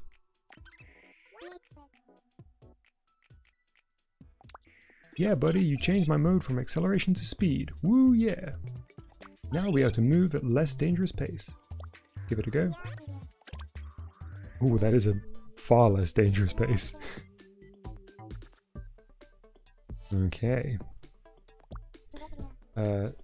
7liner in chat says, is it really releasing in 3 hours? Depends on where you are. It will most likely be midnight your local time. Oh wait, except in the US, yeah. Chat will be able to help you. It's moving at a more sensible speed now, huh? If the mode is set to speed, then the signal's value is converted directly to the object's movement speed. And since it doesn't get faster and faster like in acceleration mode, the speed is a lot easier to control. There's a major benefit to speed mode. Back to the program screen. When you want to go faster and faster, you want acceleration mode. When you want to stay in control of the speed, then you want to use speed mode. Keep in mind what kind of movement you're looking for. That'll help you choose the most appropriate mode. A word of advice, friend, if you're ever wondering what mode to use, go to the game screen and test the movement out a bit. Yeah, a bit of action might help the old noodle. Anyway, make sure to test things out when you're programming. Clayton in chat asks, did Nintendo ever say anything about updating this? No, they haven't confirmed it yet, but I would really, really be excited if they did add some things down the line. Okay, so we are going back and we are going to our game now. Ah yes, that classic game, no title.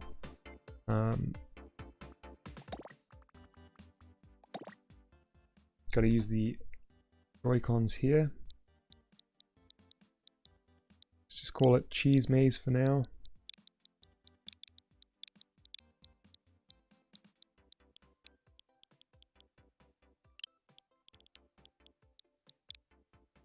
Cheese Metopia. Yeah, that's what I want.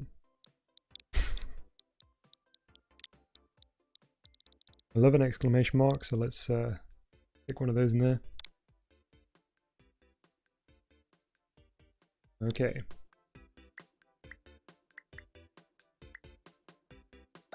And let's go in and edit it. So we're still on the car at the moment. That's not ideal. Get out of here, you silly car. Be gone. Alright.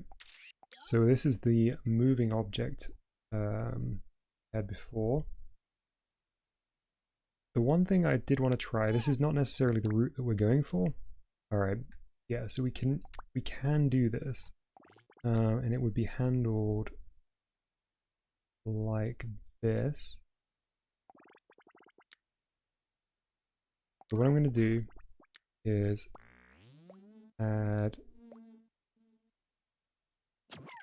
forward, backwards, left and right. I'm going to break that button. I'm going to connect this.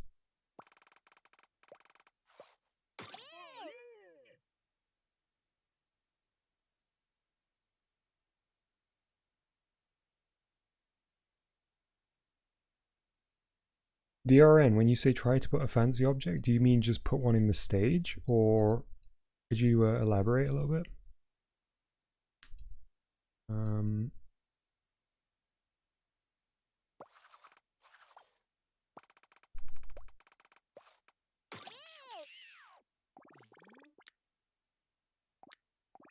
Get out of here. Ooh, that one guy asks, bit of a random question, but is there Labo VR support still? Someone else would have to chime in on that one. I don't know. I would guess it would maybe be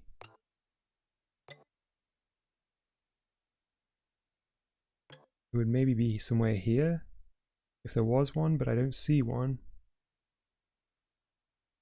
Toa says there's no Labo support. That would be a great update. DRN clarifies they just meant put one in the stage. Sure. I'll put a couple of fancy objects around.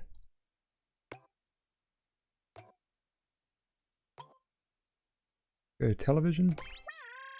Let's go turnip. Let's go mermaid. Why not?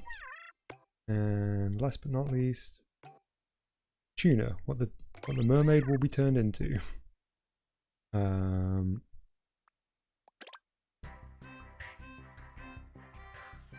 you go. They're all tiny because we're huge and floating above the ground, but there they are.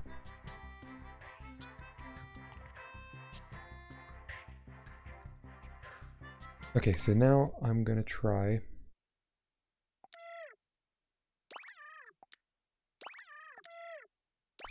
moving him into the ground.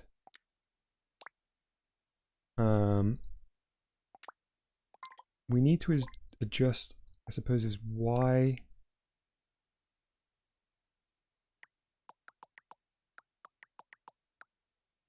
Right, we can't move him through the ground. Is that because he's solid? No, they just limit it. Okay.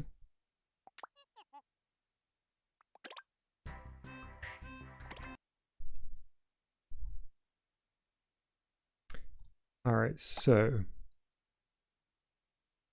let's switch this back over. We can get rid of person entirely. And go into special objects. Oh, rotating object. Right. Here we go. This is probably what we needed.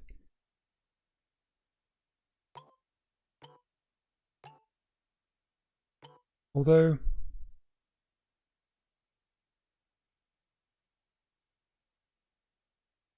if we're rotating, we're presumably not also moving.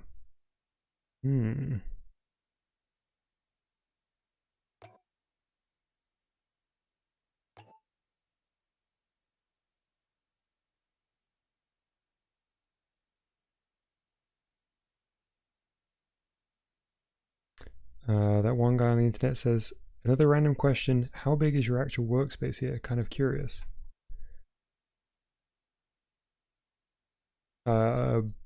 Big. Pretty enormous.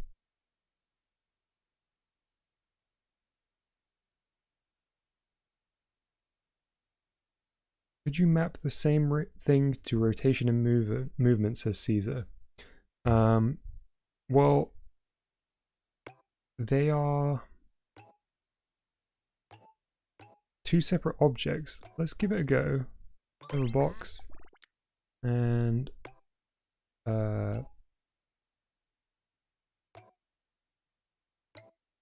rotating box. Can we just sort of pair them here?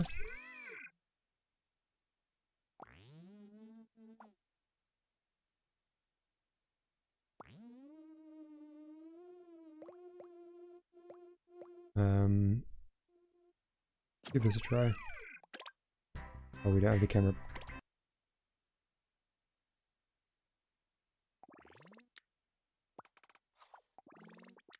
I don't think this is going to work, but I'm interested to know.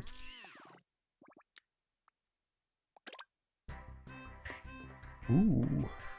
Ooh, look at this.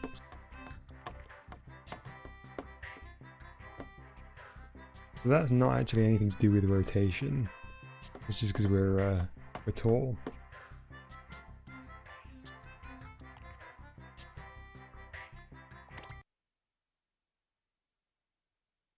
That's just binding the boxes together rather than the functions, I guess. Oh, this is just a normal object too. Did I get the wrong one?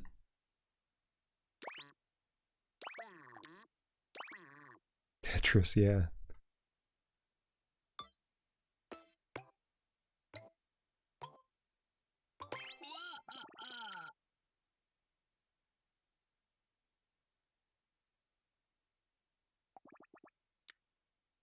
Okay, yeah, got it. This is going to be it. So we're going to connect these two together. We're going to add X to both of them. And we're going to add Z to both of them.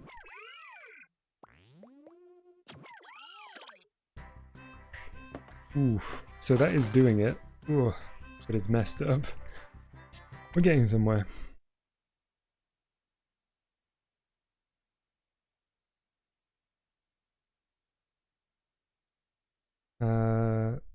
Man, okay, let's think about this in chunks. Let's get rid of rotation for a moment. Separate them out a bit. We need to be smart about this and figure it out. So for the left stick, we want that to control the x-axis, right? Yes, we do. But we also want the up and down control the Z. Right, that all works until it falls over. Then it asks, what kind of game are you trying to do? We're making a maze game with a mouse as the playable character, and we're just trying to figure out how to add rotation to a moving object.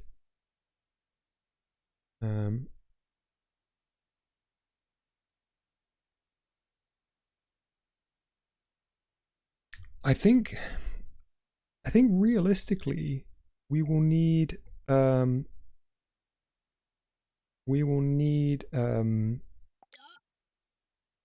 some kind of translation for the rotation. I don't think we're going to be able to do it just raw.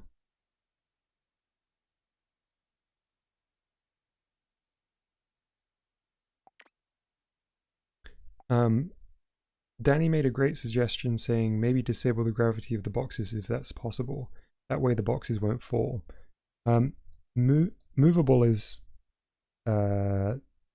grayed out here.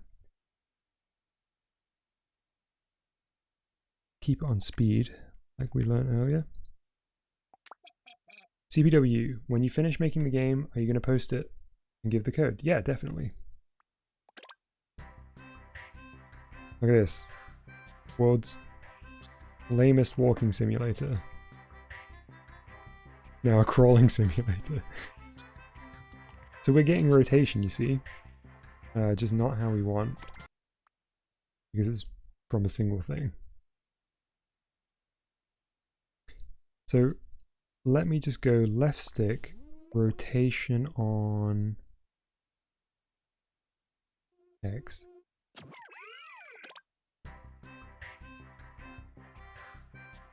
No. Alright.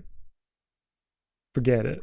For now, just so we're not here all day doing this, I'm sticking to the person Nodon. We'll come back to it. We'll tweak this, but I don't want to continue to get stuck here.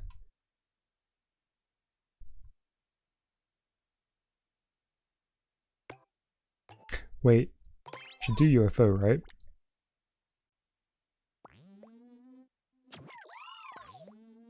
Because that can probably get closer to the ground.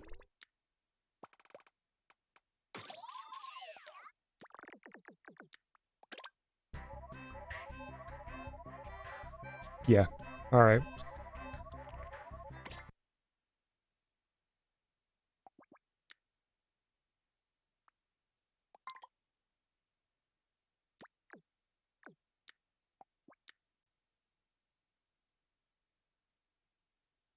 And connect the UFO to another object. Yeah, very good idea.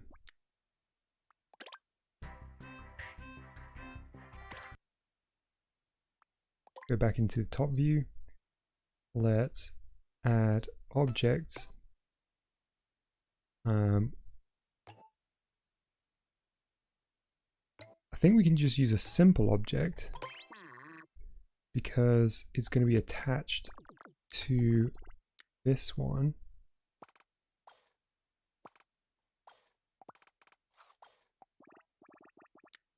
There we go.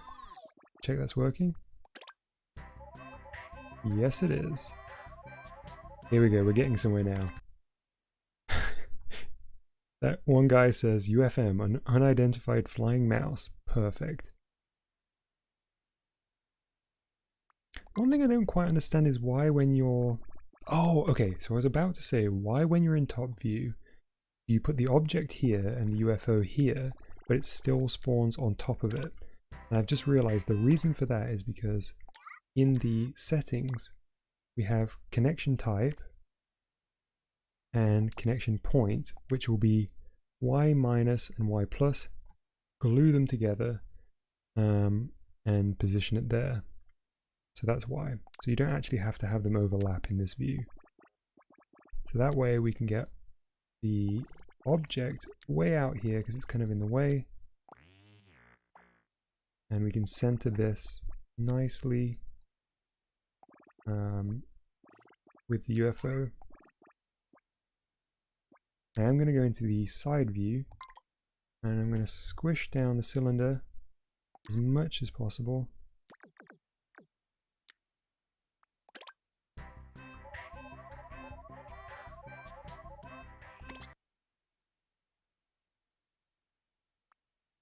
So now we're going to put the mouse on the cylinder. Beautiful. Can we turn off the UFO noise?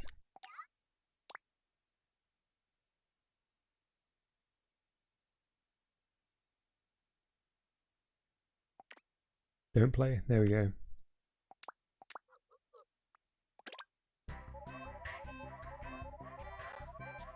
Oh, that was the noise for when it makes contact with things, wasn't it? I'm sure we can change the noise though.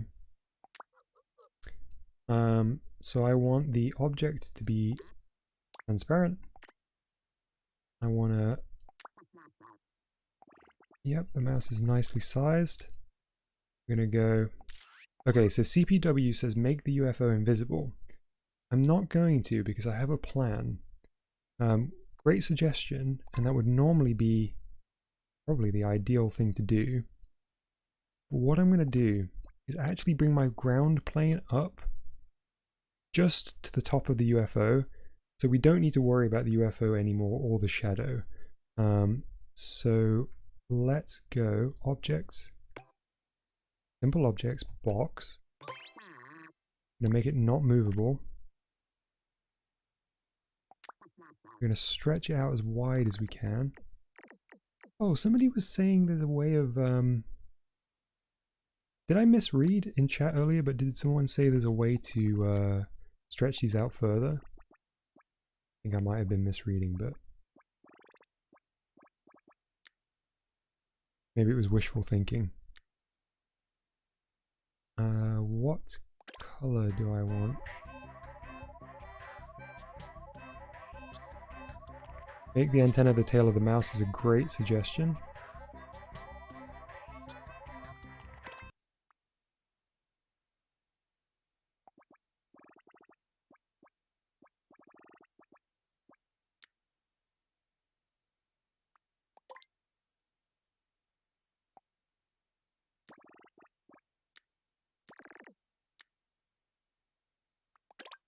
Aha, yes.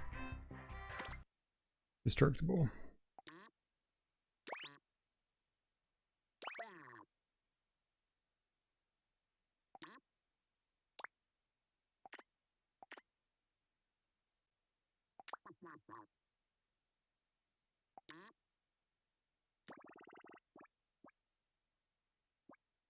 Okay, so I'm copying these over.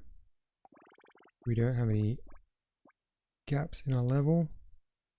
No floor, so sorry.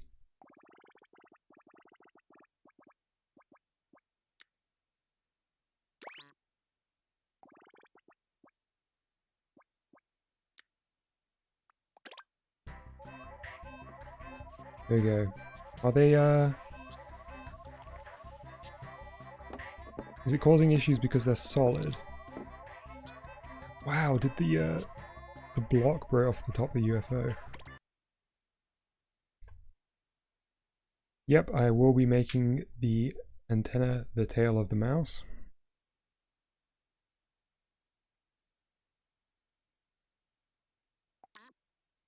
Alright, get rid of these blocks for now.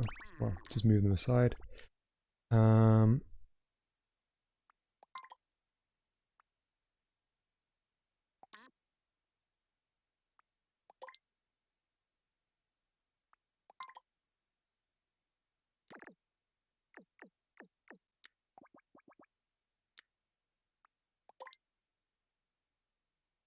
So I'm just moving the height up of these. We do have a problem right now where the collision with the UFO is causing movement issues, but I'm going to try and change that by just making it so that the UFO can't be collided with.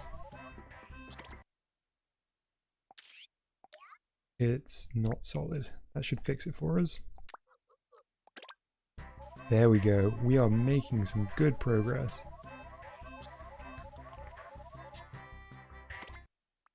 Let us get rid of these walls.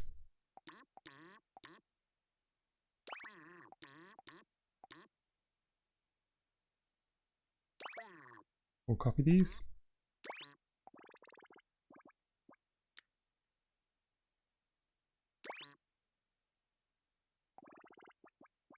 Ollie Mango in chat says smooth. Very nice. Let's get rid of these. These. Rotate them round.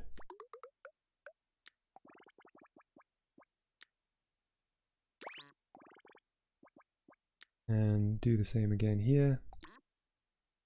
So the reason I'm doing this is because we've moved the ground plane up, and because we're in overhead view, it's actually easier to just copy and paste these rather than stretch them out. It's quicker.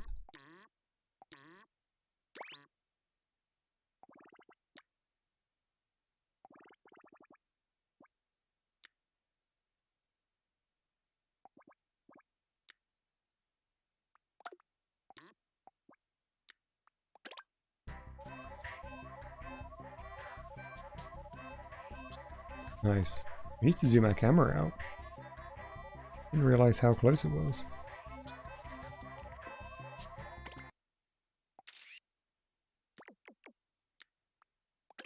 I can see lots of name suggestions in the chat.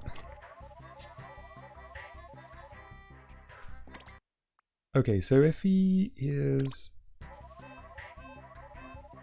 gonna move so that his tail is the antenna, which is a great shout, we're gonna have to get fancy with the connector.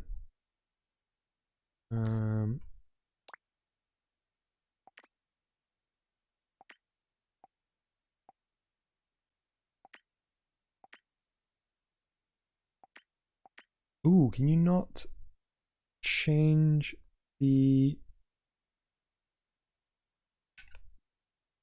Can you not kind of like manually change the connection point?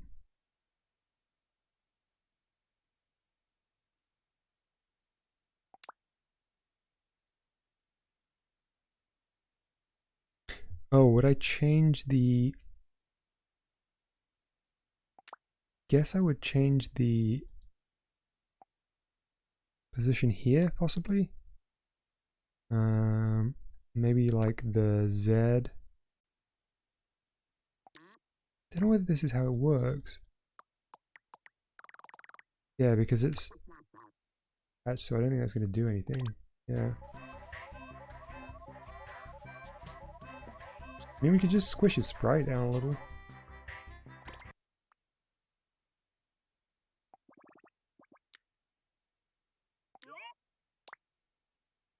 Okay, so this tail has got to go. We've got a 3D tail now. But also the length of his body.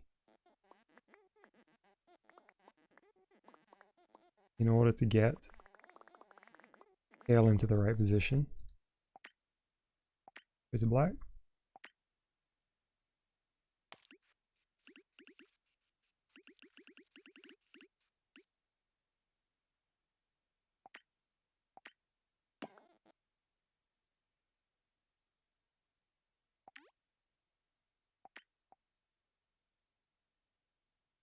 And we.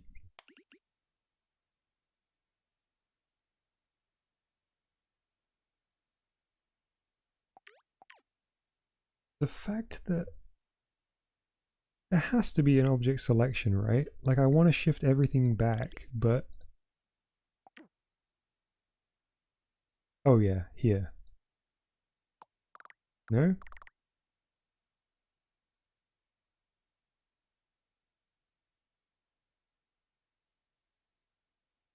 That is distressing. Why can you not shift this around the canvas? Darn. Yes, he's a worm mouse. Hey, you know what? I actually sort of nailed it. It needs to be back a tiny bit, right?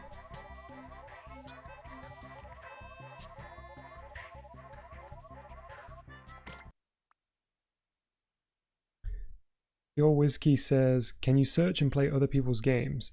You can access friends' games or use creator codes to share them. There is no sort of level browser in game though.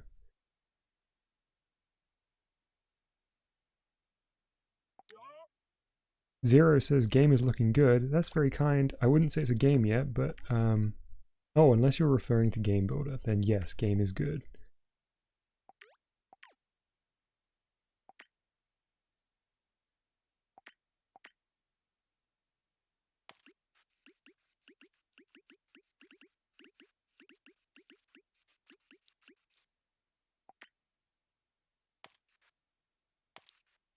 Okay, just extending old mousey here.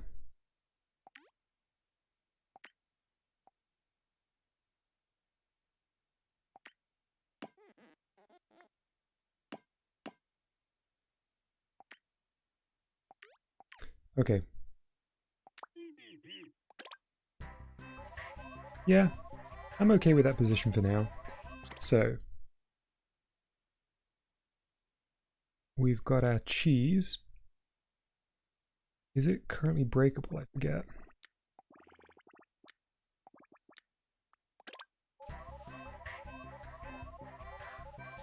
Holly Mango in chat says, his name is Mousy confirmed.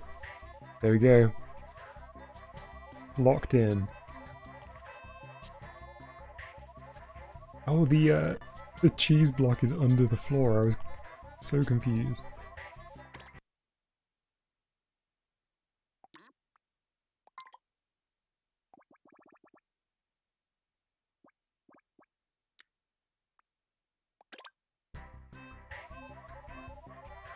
There you are. Okay, so our cylinder is still workable.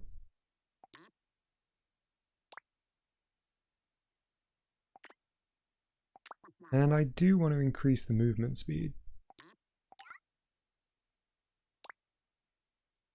Let's go twice as fast for now.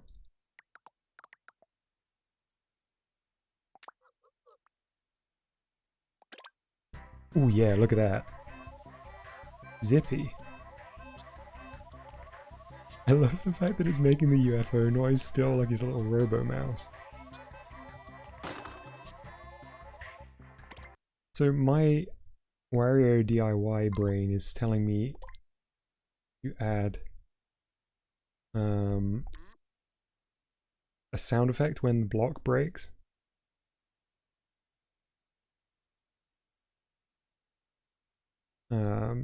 So let's have a look at play sound effect.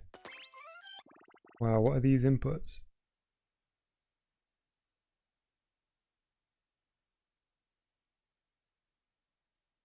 Okay, have a look at the sounds.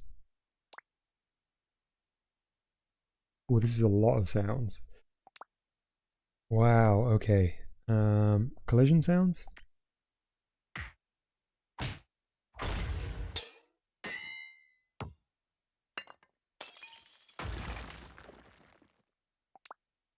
Voices?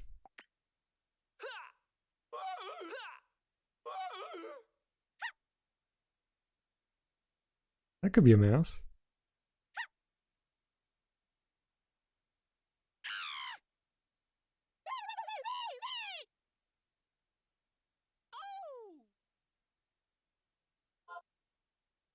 Oh, these are looping sounds. Okay, animals. Oh, I do miss the Mario Paint sounds though.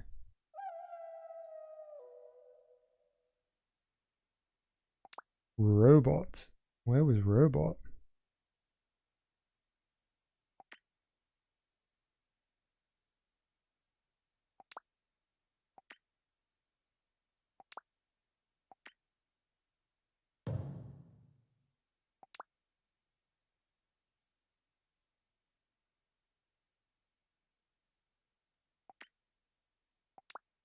Frog?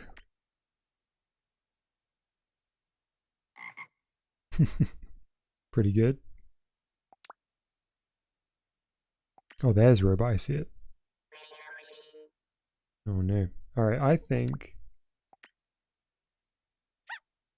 this works.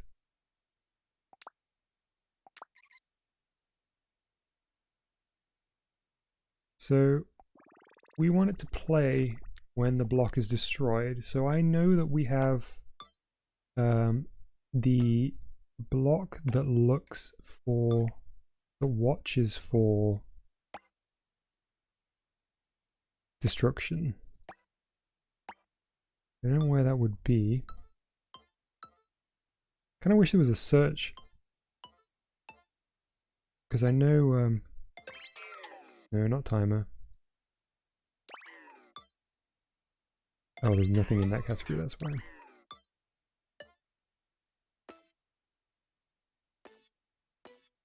Object break, yeah, where is state change object break? Thank you very much.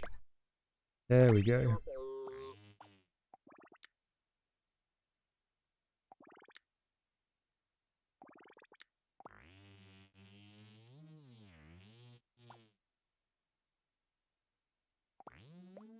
Nope, not this one.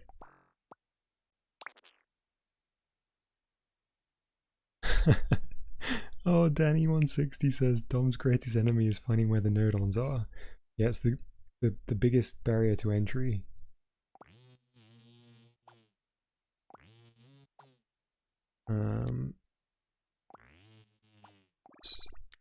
Oh boy. Effect Nodon.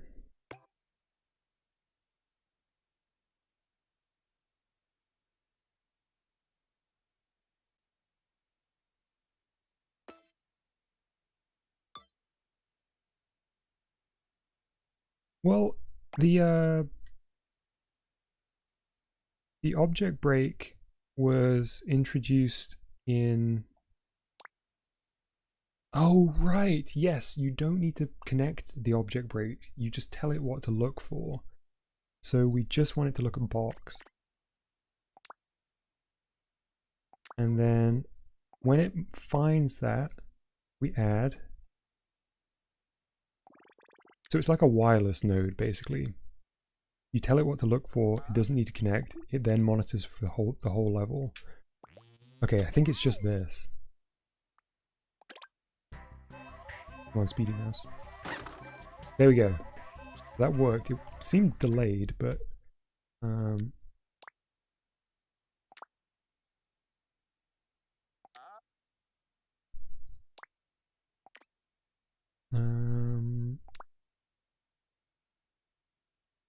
is there a...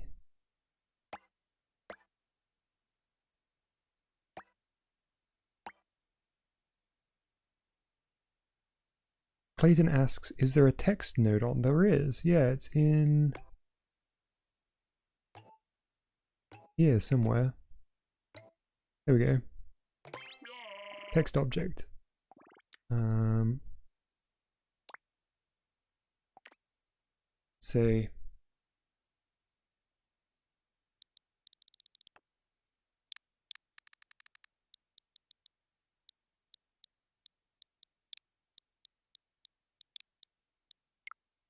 oops, that is not what I meant to put.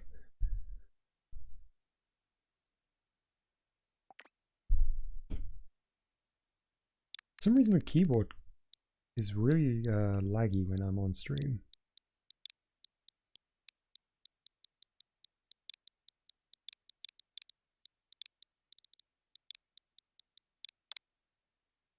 Fishy Films asks, can you make a whole 3D Mario game in this? I mean, depends what your definition of whole is. Someone will definitely make a Mario game, either 3D or 2D.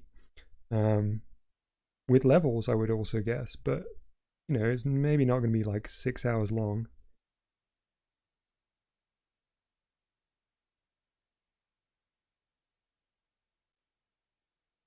All right, so here's your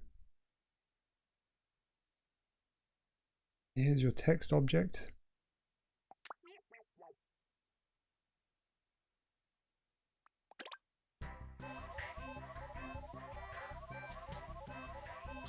Also below the floor.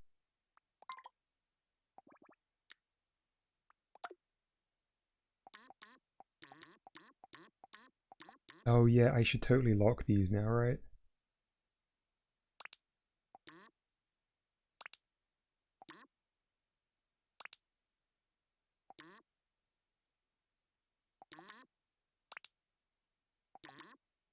All right, there we go. This...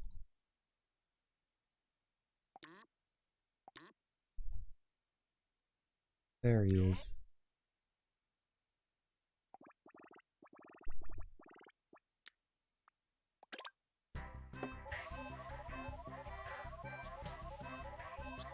Where's this text node on?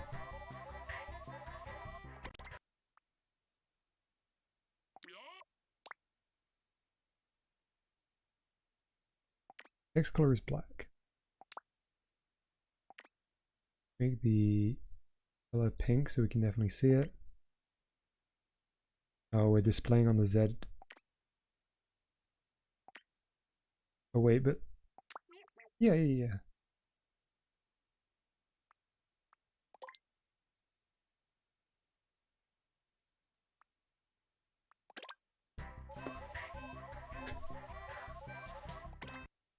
is it falling through the ground?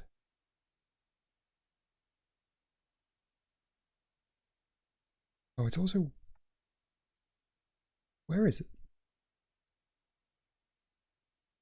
It's here. Didn't realize I'd attached it to stuff.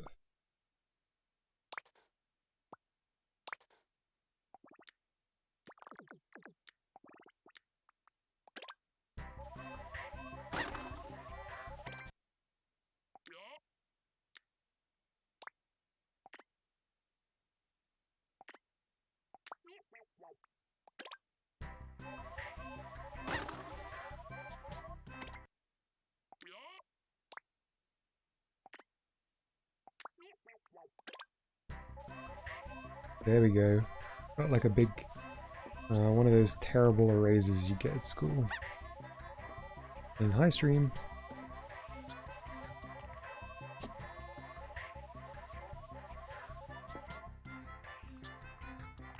Okay, so let's move this out here. We'll all know it's here. You probably won't see it in the game.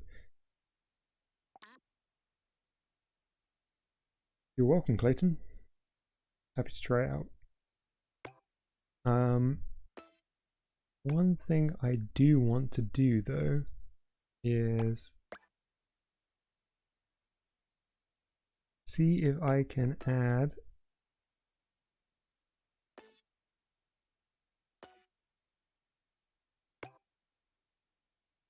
so if we go to number object and we go for the box count and put it into the number and display that.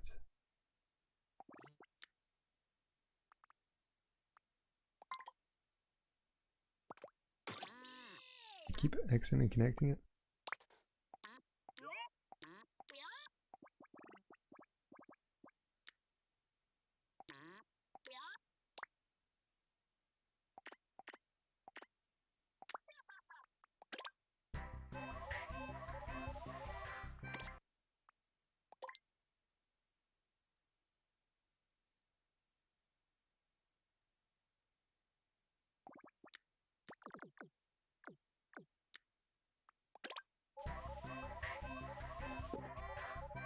Okay, so it's on the wrong axis, but I didn't count up.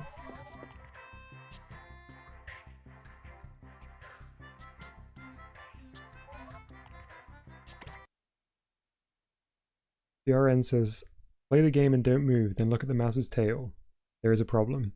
Hey, that sounds like when we're putting the finishing touches on the game kind of problems to me. Right now, we have a bigger problem, which is the game doesn't really have much gameplay.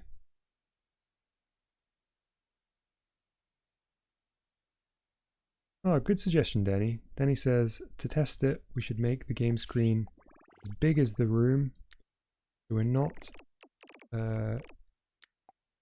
having to move about so much while we're testing. Or something to that effect, basically.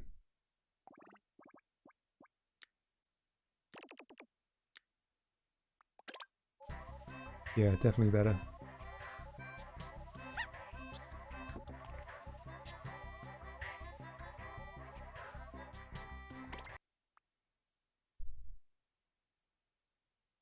Okay, so I was hoping that this would work, but it doesn't seem to be. Did I get everything connected correctly?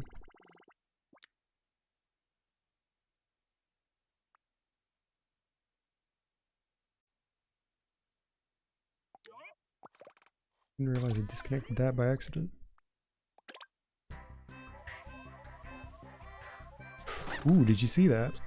We did get it there for a second, which means it registered the destruction, but not it's not tallying things up. Interesting. Is there a middle? This looks kind of mathy.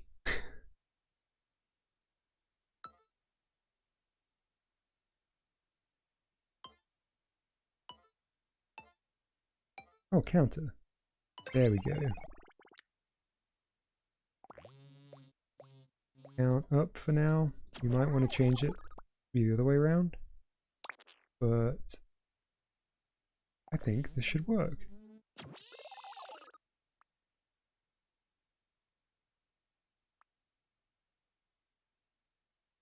Join the counter to the game screen, make it part of the UI. What a great shout, Danny. I'll do that once I've finished testing. Oh, look at that. Lord Nigo says, needs an on destruction event. Yeah. There we go.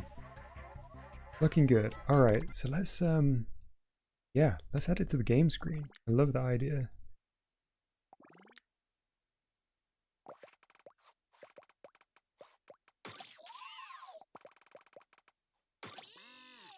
What is that connected to? Not what it's meant to be.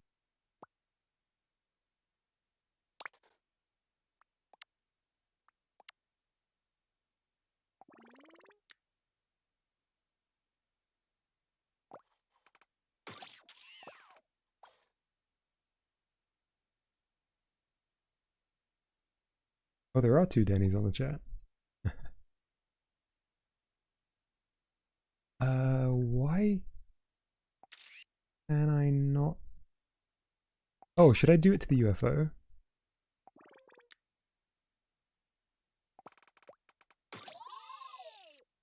In effect, that is... Oh, right, because it will do that.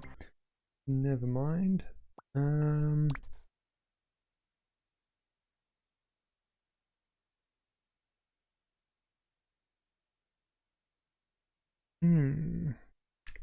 I wish there was a way to, like, split those inputs.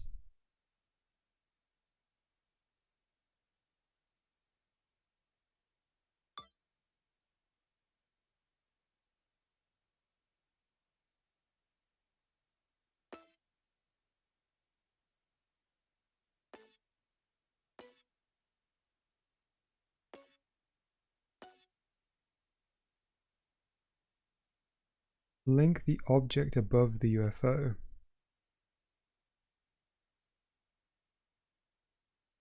See ya, Leonix. Yeah, Dylan says link the object above the UFO. But when you do that, I can totally do it. When you do that, I mean, it goes right on top of the UFO. And I don't know how to offset that position right now,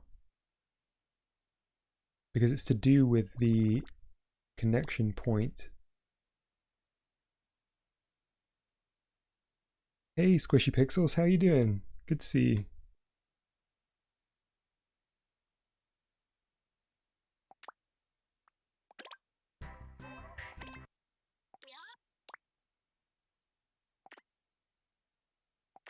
I mean, for now we can make it not solid and movable. So when we break the cheese, we do count up.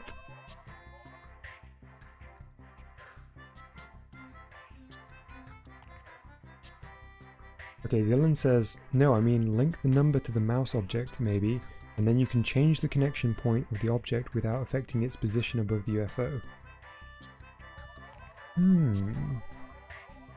Ollie says, POV, you are the numbers. It's a game where you play as the UI.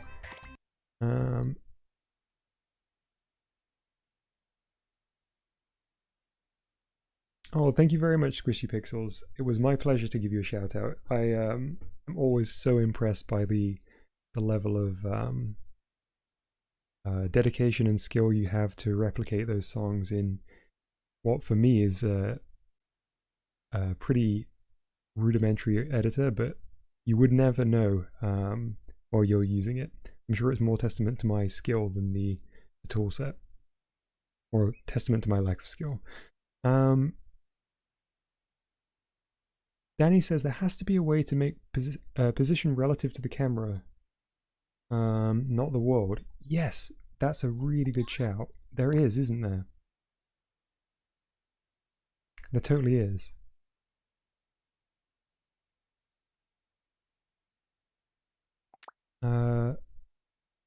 Where was that?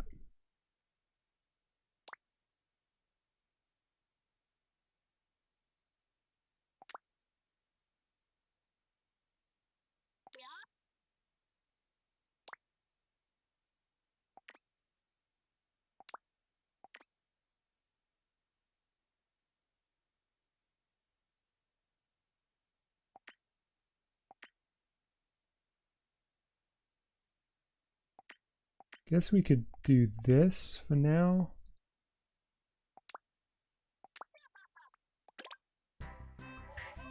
Ooh. Ooh.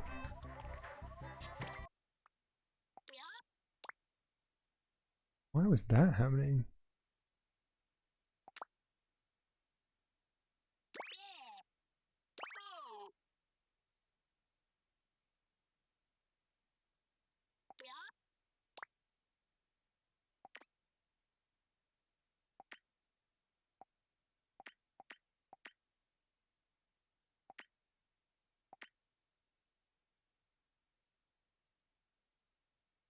Alright, for now, let's forget about attaching this. We'll come back to it for sure.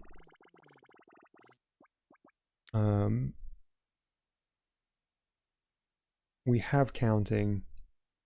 We should maybe set a condition for... Oh, somebody was asking about vibration. We have a look at the options here. That's a great sound. Okay, so we can choose which controller to vibrate.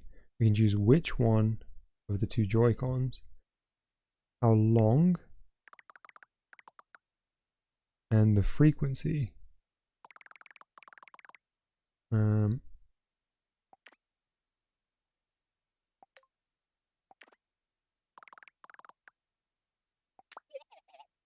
Let me just try connecting it to the amount the stick is tilted. Oh, yep, that is definitely working.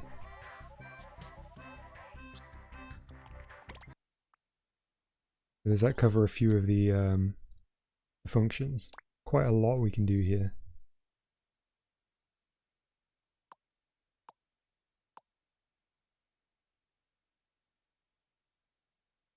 Wait, in Europe it's center, not center? Yeah, I think there's a couple of words we do with RE. So we have the vibration play when the cheese is broken.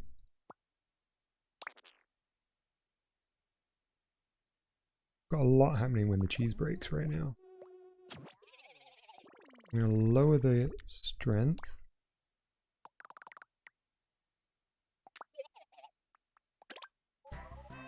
Nice. Just subtle. CPW says put this frequency all the way up. Okay, I'll give it a go, I guess.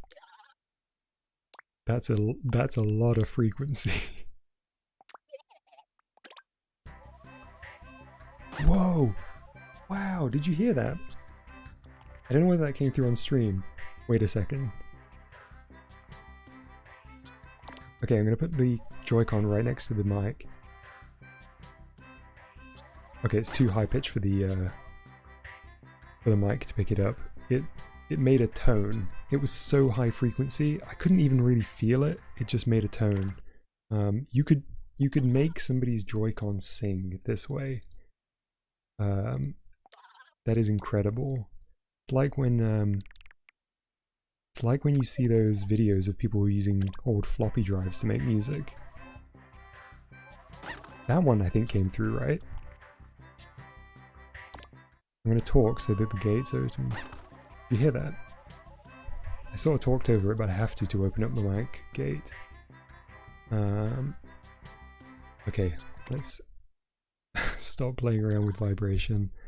Get it just low frequency. Yeah, awesome. I'm glad it came through. That's very cool.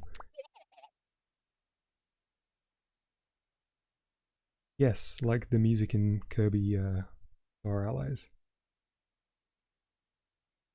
Oh, Rick rolling somebody in GBG using the Joy-Con.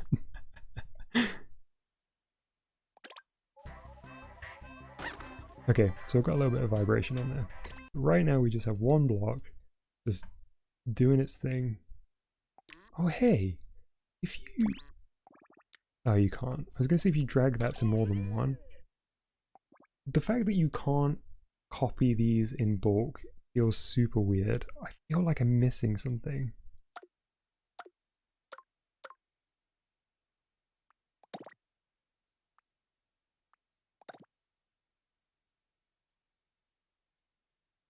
I feel like I'm missing the select function. Anyone know if I am just missing it?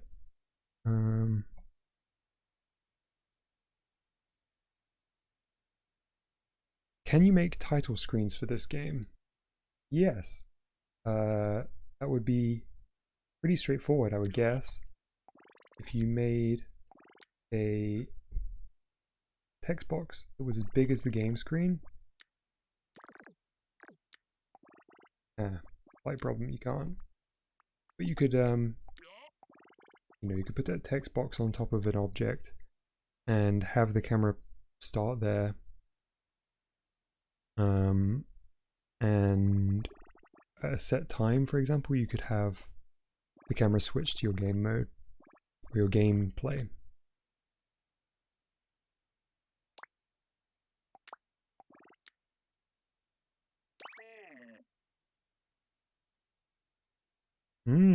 How easy it to make a menu using pixel art. Yeah, there must be a tutorial about how to have multiple frames of animation. Because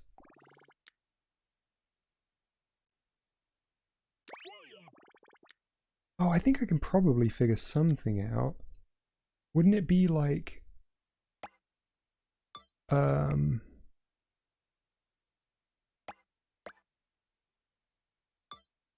wouldn't it be something that's like a counter and then you say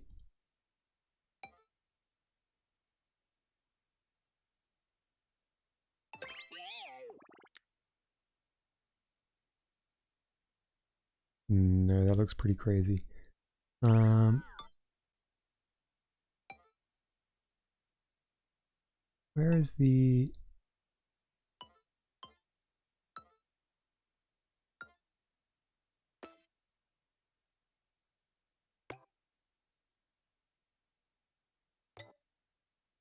Hey Snow Alex, thanks for stopping by. Yeah, it's going good. We're making a cheese and mouse game. Okay, so I'm just going to stop for a second to talk through my idea. Wouldn't you just use like the timer and say when it's this, switch to this frame, or make it visible on this frame?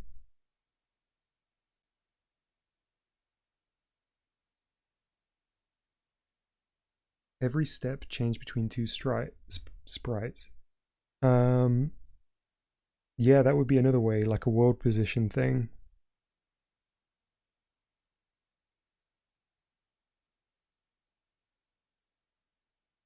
Oh, what a lovely idea.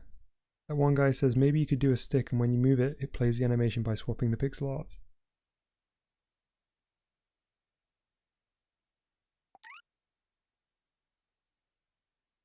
It's a way simpler idea.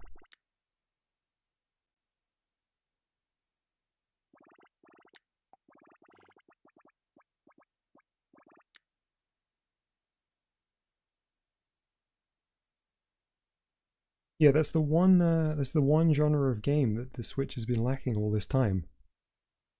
A quintessential cheese and mouse game. And we're providing it.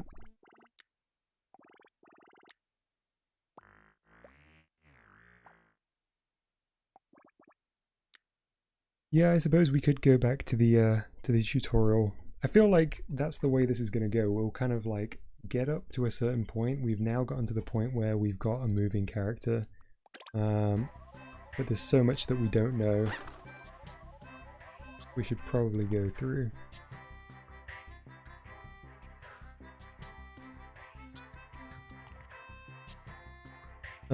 Clayton says, I'm very intrigued with the emit IR Nodon.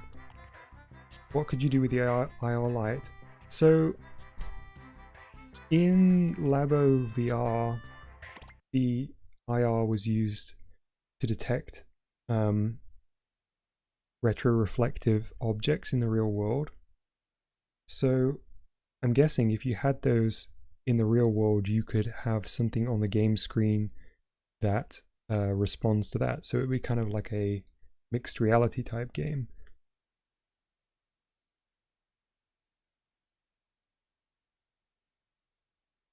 Brink in chat says you need a move object nodons. The red panda potato says The Legend of Mouse, Breath of the Cheese. Disgusting. Alright, let's go back. We're going to do the next stage in one of the tutorials. Lord Nico says you're literally the only GBD streamer on the internet right now. Good show. No way, that is... I'm saying... I haven't checked, but I'm saying categorically that that is not true. The internet is a big place. His name is Mousy, yes.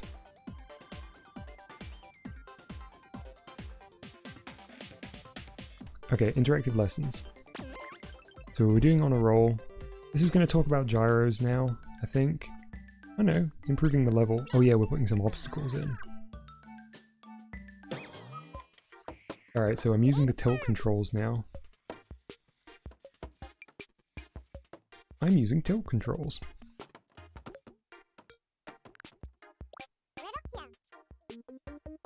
In the last step, we worked on getting the ball to roll right. Okay, that one guy. I'll make it canon. His full name is Mousy Todd Cheese Bob II. Now everybody's happy. Could I ask you to give it a bit of a roll around now? So that it bumps into the apple. Okay, I might have to reset because I didn't. There we go. Yeah, you show that fruit. Let's go. We could stand to redecorate the place. It's so rectangular. I say we add a few walls here and a few apples there.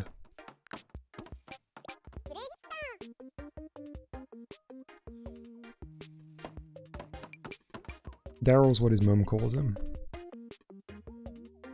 By the end, we should have ourselves a fun space to play around in. Can't wait. If that sounds good to you, then let's head in over to the program screen. First, let's get some walls to start building a course with. Select the object nodon. Okay, so I guess we're going to be copying and pasting here.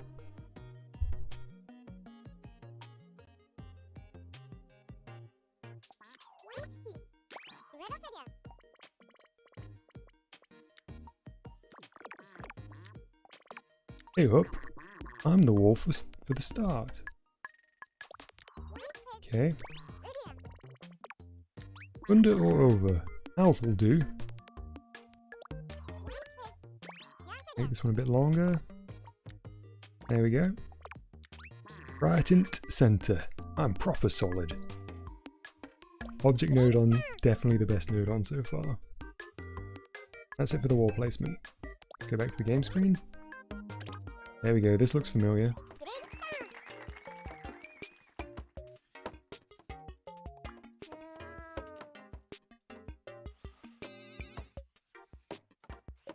We covered up our apple in the process. Never mind that for now.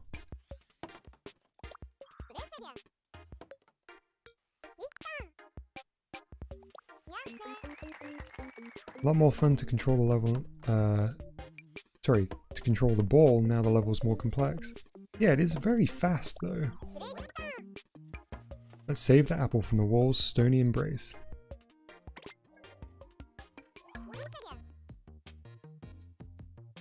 Aaron or Aaron in chat says, there were 3 live streamers, but currently you're the only live streamer. Wow. It is surprising.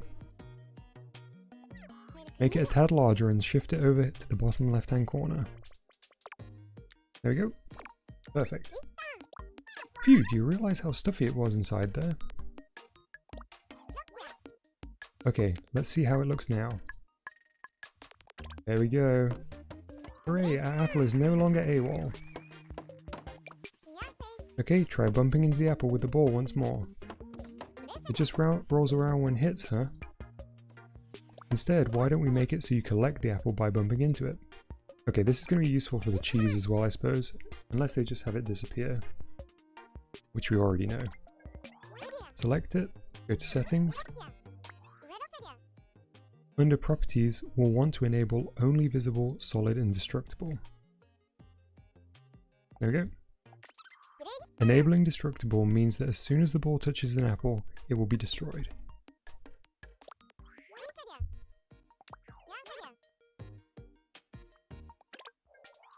There we go. You break it. You managed to pick up the apple. When you destroy an apple this way, it can actually look like you've picked it up. Great, so that's what we did with the cheese as well. I think we should place some more apples around the level and liven the place up a bit. What do you say? Yeah, Danny, that's very true. The game is still not out for a lot of people. What's everybody's like time check till release in your local time zone?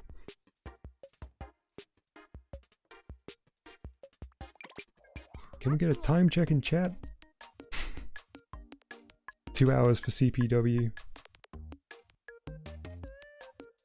Buckle up, because we're about to copy a boatload of fancy object nodons. Try about selecting and copy it. Okay. Copy. Okay. Copy again. 3 hours for Ollie.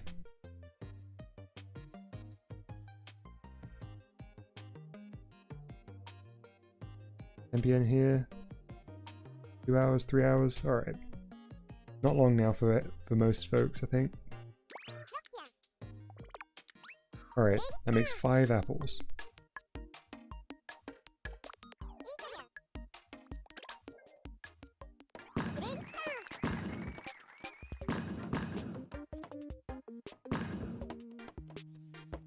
There are 5 apples, and the apple's number 5.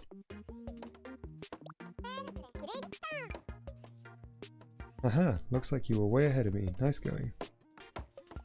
With more apples on the playing field, our game looks far more exciting now, don't you think? Yeah, I do. Head back.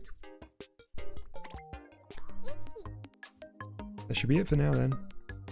Curtain closes on step 3.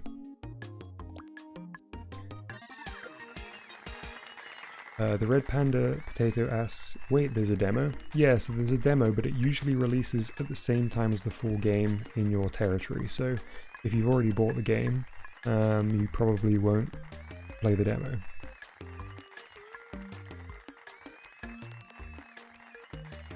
How'd you like them apples?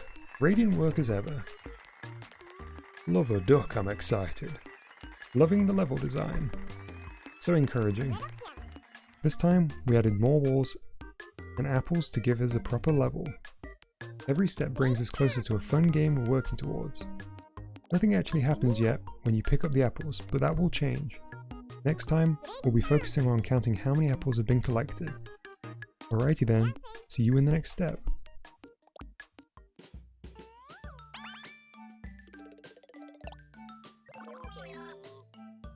Okay, we are now on to counting apples.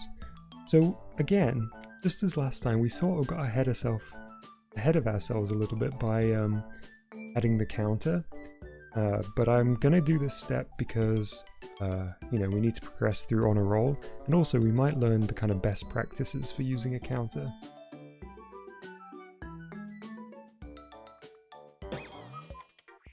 Your attention please, step 4 of On a Roll is about to begin. Last time we filled our level with walls and apples to make it feel complete. This time we'll start working on a rule that should really capture the feel of a maze game. Collect 5 apples to win the game. So for this step, we'll need to make a way to count how many apples have been collected. Let's head over to the program screen. Okay. Counting apples that we've collected. I think counter Nodon will be the right Nodon for us to use here. Select middle. Okay, so let's pay attention. We've got flag, counter, and random within middle. And we've got counter, so we did use counter, didn't we? See you, CPW, thanks for hanging out.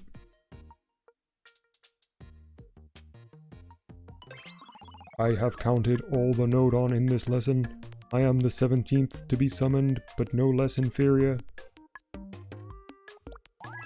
Classic counter Nodon. You are asking me to count the number of apples that have been collected? Yes, okay, I will count for you. You can count on me.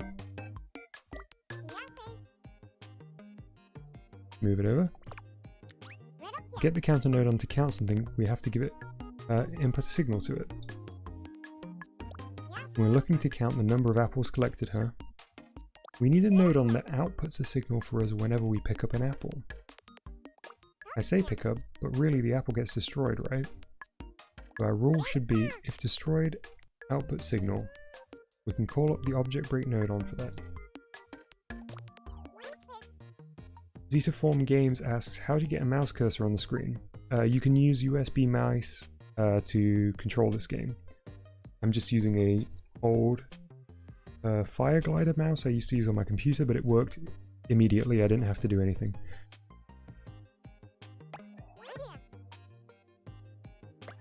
Here we go. Got the heartbreak object. Hey there, sweetie. A little bird tells me you're making a game about breaking lots of apples. Technically it's about collecting apples. Same difference. Anyway, I've got you covered. I'll watch for the exact moment they break. Ooh, Danny160 says, I think you used a timer Nodon, not a counter one. Ah. Sounds reassuring. Oh no, this is Bob talking, not the object break. We only need to enable apples. Everything else we can turn off.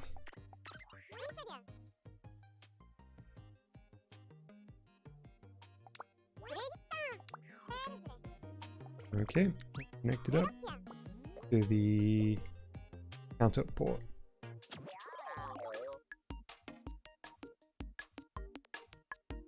Oh, I'll be watching, sweetness.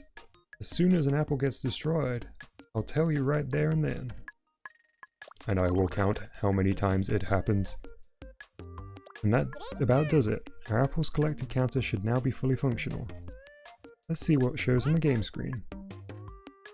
Is it going to show anything on the game screen? Oh, now it will. Delighted to be working with you. Notwithstanding technical difficulties, I will display the number that the objects on the game screen have input. Simply tell me the number that you wish for me to display, and I'll show you the best with the best of my ability. Welcome back, Ollie.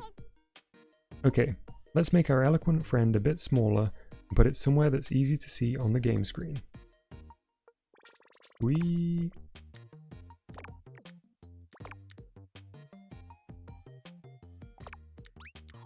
Open up the settings. We only want visible here. Change the color to red. Change the text to white. I think 1 digit should be more than enough for it. Where is that changed? Up here, okay. Whole number digits 1. Wait, so we just nudged the Y position by,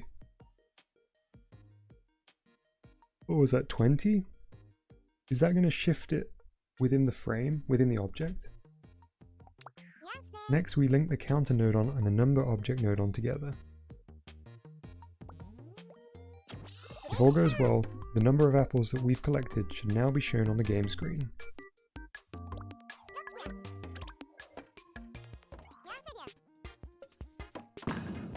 apple hoard is being displayed as... Oh, it's on the wrong face, isn't it? Looks like we made a boo-boo. We didn't take into account the fact that the game screen is in overhead view. What we should have done is make sure the number display is pointing upward. Now we can do that. Select the number object Nodon and change it to Y+.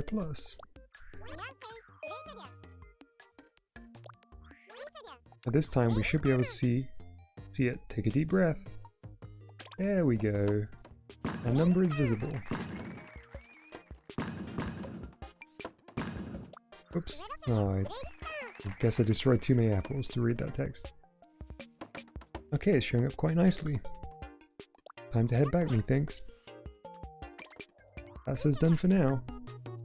Step 4 is down, so give yourself a pat on the back.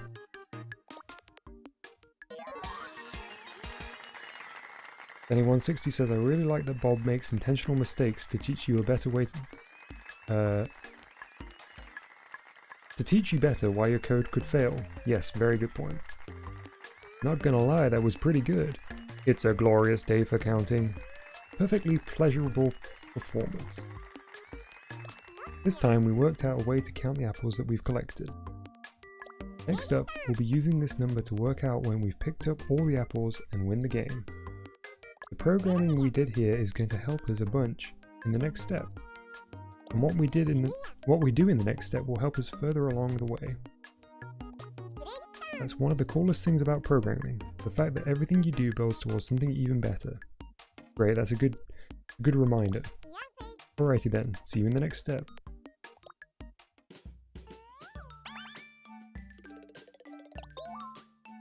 Counting breaking object. Okay, let's have a look at setting a win condition.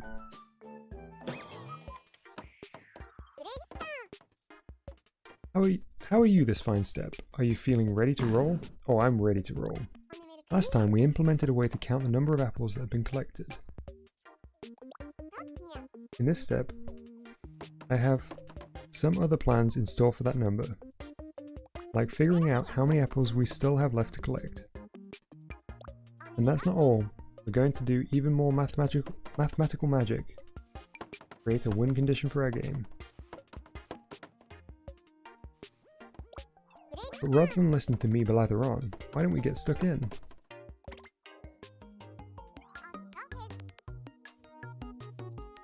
At the moment, the game screen tells us how many apples we've collected in total. We really want to show how many apples we still need to collect. Time to fix that.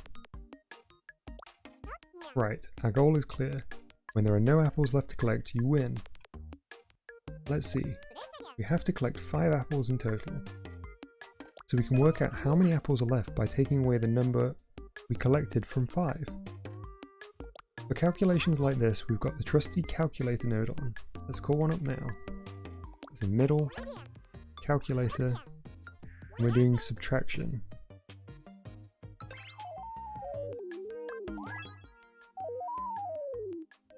I need only flourish my arithmetic wand and let the science happen. Subtracting the number in the input 2 port from the input 1 port, for instance, is child's play. The result of the calculation will emerge at my output port. Righto, let's move the calculator Nodon into the blue frame. Connect the counter Nodon to the calculator Nodon's input 2 port. This value is the number of apples you have obtained. Now we need a number at my input 1 port, if you would be so kind. We need to connect the total number of apples to the input 1 port, so we need a Nodon that will output the number 5 for us. For fixed numbers such as this, we have a constant Nodon. Let's call one up now. Wow, the constant Nodon is very multifunctional.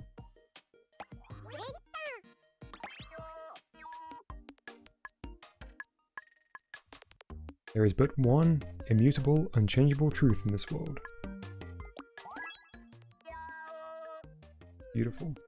I, Nodon of unyielding spirit, your constant companion, will be your rock to lean on. Glad to hear it. Okay, let's move over to the blue frame. Open up the settings now and change it to 5. There we go. 5 is it? This number shall go on in living memory. 0505 5.00. Connect up the constant nodon to the calculator nodon's input point 1.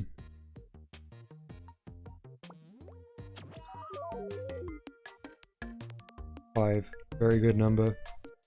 I will subtract the number of apples collected from 5 and output the result with my superior algorithms. Now to connect the nodon. Wait, I think Bob just said something about panini. Now to connect the nodon that we want to be input to the number object nodon. Select the connection between the counter nodon and the number object nodon. We won't be needing this anymore. We're going to go straight from the calculator. Boing.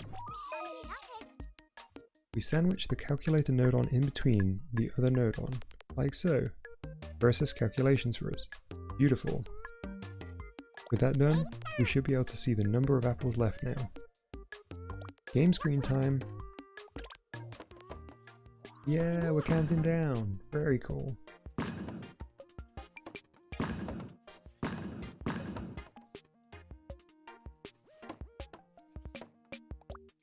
Counting down from 5 to 0.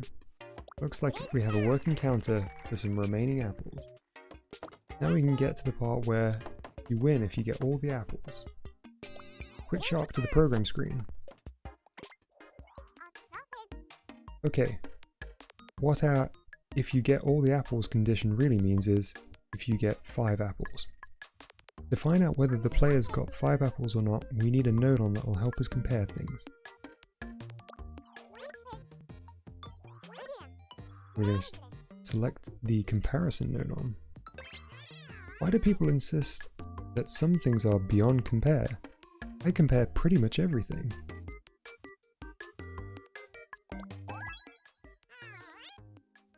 Right now, I've got my eye on whether the apples collected number 5. Just input the value you want me to compare it with at my input 2 port. Wait, I don't know why that one was hard to read. And we'll do just that. Move the comparison nodon over to the blue frame. Now connect up the constant nodon to the comparison nodon's input 1 port. 5 got it. Connect the counter nodon to the comparison nodon's input 2 port. Number of apples collected, I can get behind that. Okay, I'll compare the number 5 with the number of apples collected, and when they match, I'll output a signal. Oh nice, okay. Neat. So now we'll know when the player has collected 5 apples. With all this in place, we can now set party poppers off to go off when the 5 apples are collected. Party poppers are in effect, so it looks like it's finally time to call in the life of the party, the effect nodon.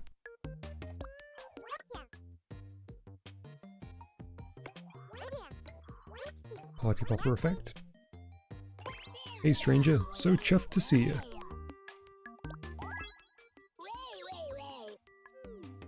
I'm Effect Nodon, and I'm here to entertain your socks off, in a manner of speaking. You'd like to set off some party poppers when you finish your game, aye? Well, won't that be a cracker, wahaha. Ah, I'm sorry. I tend to have this habit of bursting into these awfully terrible puns. And here I thought we were getting party poppers, not party stoppers. Let's move it off to the corner there. Connect the comparison nodon to the effect nodon, please. Now the party popper effect should go off once you've picked up 5 apples. I think we need to see how this looks on the game screen.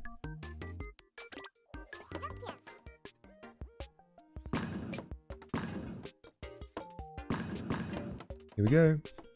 Hey, nice.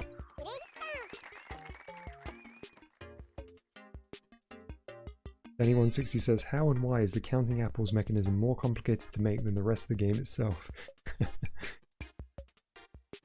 Still, I feel there's something missing. Party poppers alone aren't quite cutting it. This is a big moment. We've won the game here. It wouldn't be right without some kind of sound effect too. It's time we headed over to the program screen.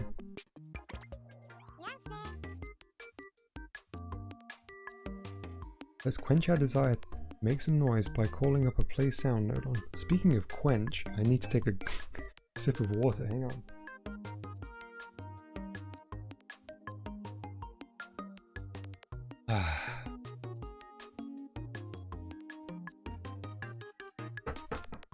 Alright, great. It is quench time. For that, you'll need an open... Sorry, you'll need to open output. Then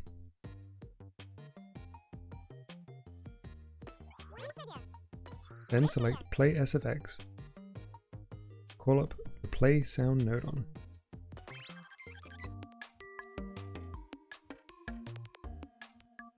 Tan tara tan tan. An hour and 44 minutes until East Coast gets it. Pretty high, but that is exciting. Don't think you're getting this party started without me, no siree. Okay, moving up to the blue frame. Now open the settings.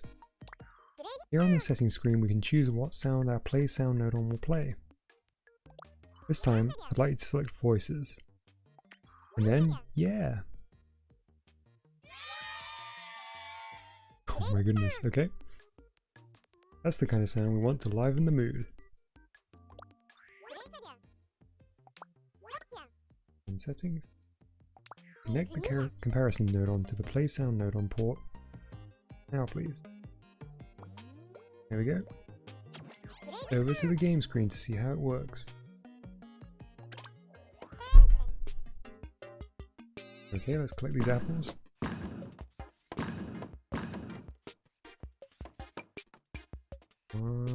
There we go.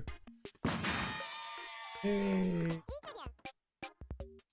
We've nailed it. The sound effect really adds some oomph, doesn't it? Gives you a satisfying feeling of victory. Okay, I think we've got this win condition in the bag. It's home time. That brings us to the end of this session. Hope you enjoyed step 5. I really did. I remain impressed. I could compare you to a summer's day. You've got some real talent. Congratulations are in order. Ascending. It's pretty good. We did a lot this time round, eh? We got our game to calculate the number of apples left to collect. We also compared the number of collected apples to work out if the game is won. Next time we'll be introducing some things that'll make the game easier to play. Catch you later. Thanks, Bob.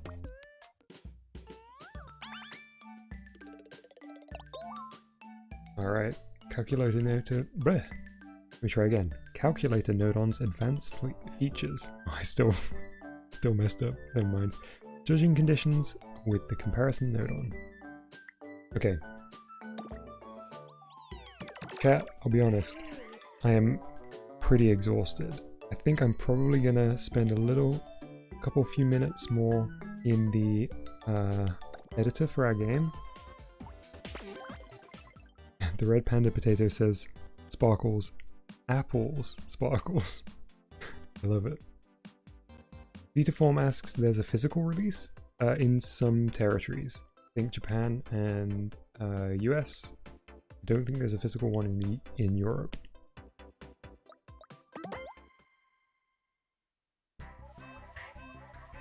Yeah, beautiful game.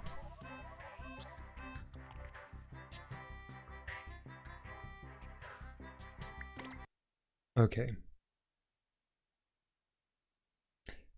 Let me think what I want to do.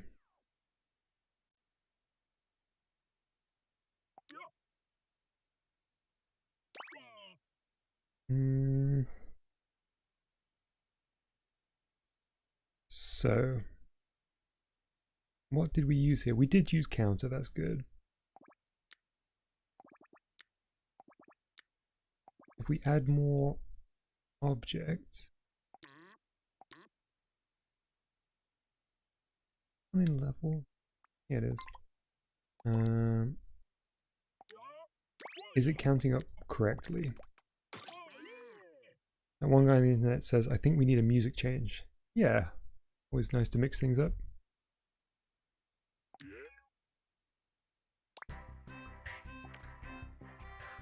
Listen to party time. Okay. Well, let's try mixing it up. Ooh, I love a bit of accordion.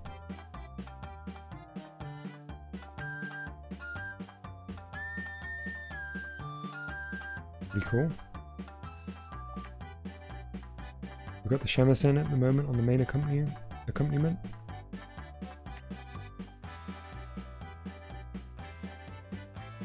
This feels like a kind of cowboy mouse.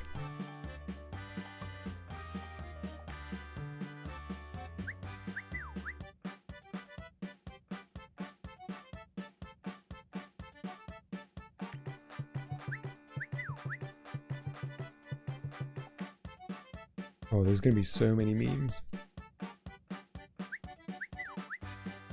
That whistling is so strange. This feels very mouse-like to me. I don't know why.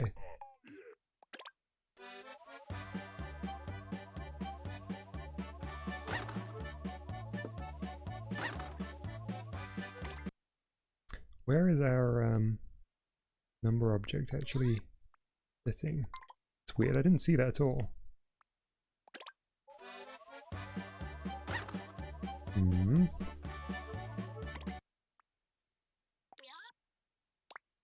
Visible.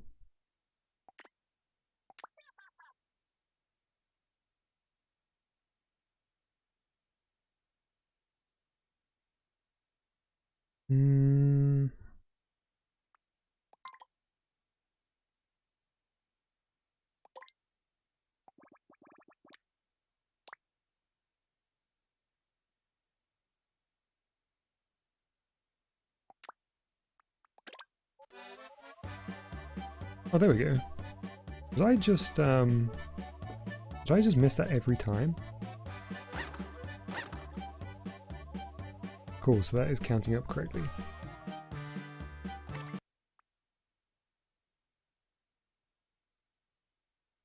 Okay. Few bits of cheese out here.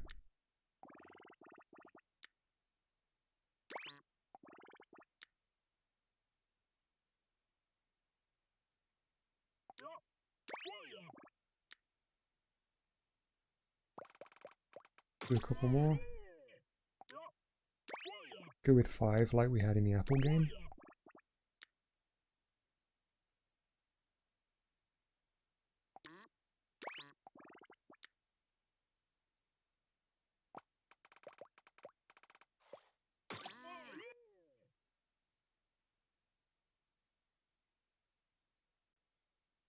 Where's the other one? Not copy it yet?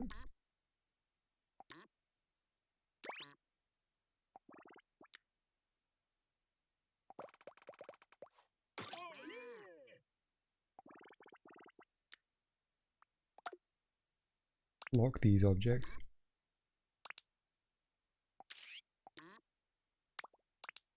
Those two are already done. Okay, nice. And let's move this one over here.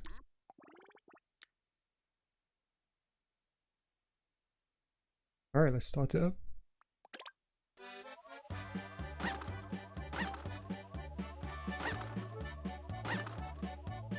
Okay. Now, anyone remember how we just did the win conditions setup?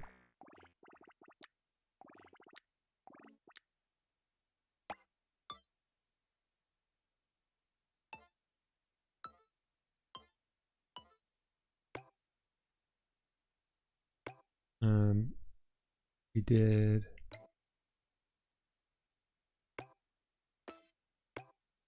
What's the effects?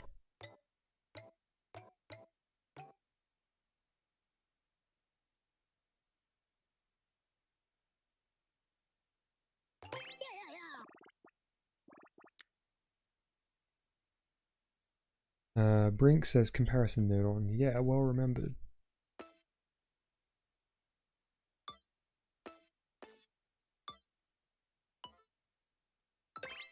So if it equals 5, which we set up with a constant,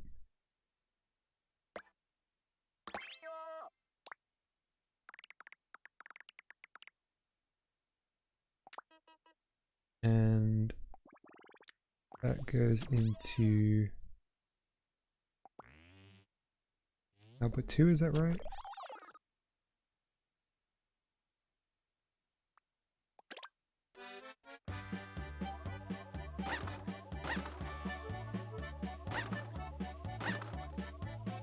Yay! There we go. So, I suppose in a very, very basic way this is a game, but it's got a long way to go. Folks, it has been so much fun playing through this game with all of you. It's been a long day, and it's currently 3:30 AM here, which is the latest I've stayed up, or I suppose the earliest I've stayed up in years. I'm gonna have to head off to bed. I'm so sad to have to leave it here, but I will definitely be picking up more streams of Game Builder Garage when I'm a little less tired. Ooh, did you hear that laughing Nodon then? Thanks again. I've mentioned it before, but we do have a Discord for sharing your Game Builder creations. The link is on the YouTube channel, but I can also probably copy and paste it into chat again. Bear with me 1 second.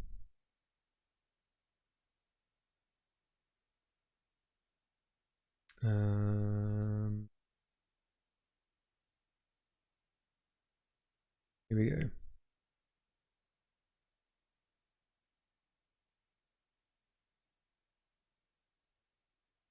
Here's the link to the Discord. So feel free to join if you want to have a place to share your creations. I'll probably do a spotlight of the creations that are put into the Discord channel. If you haven't already, please subscribe. I will be doing plenty more Game Builder in the coming days and weeks. That's it. Thanks so much. Have a good rest of the day. Bye-bye.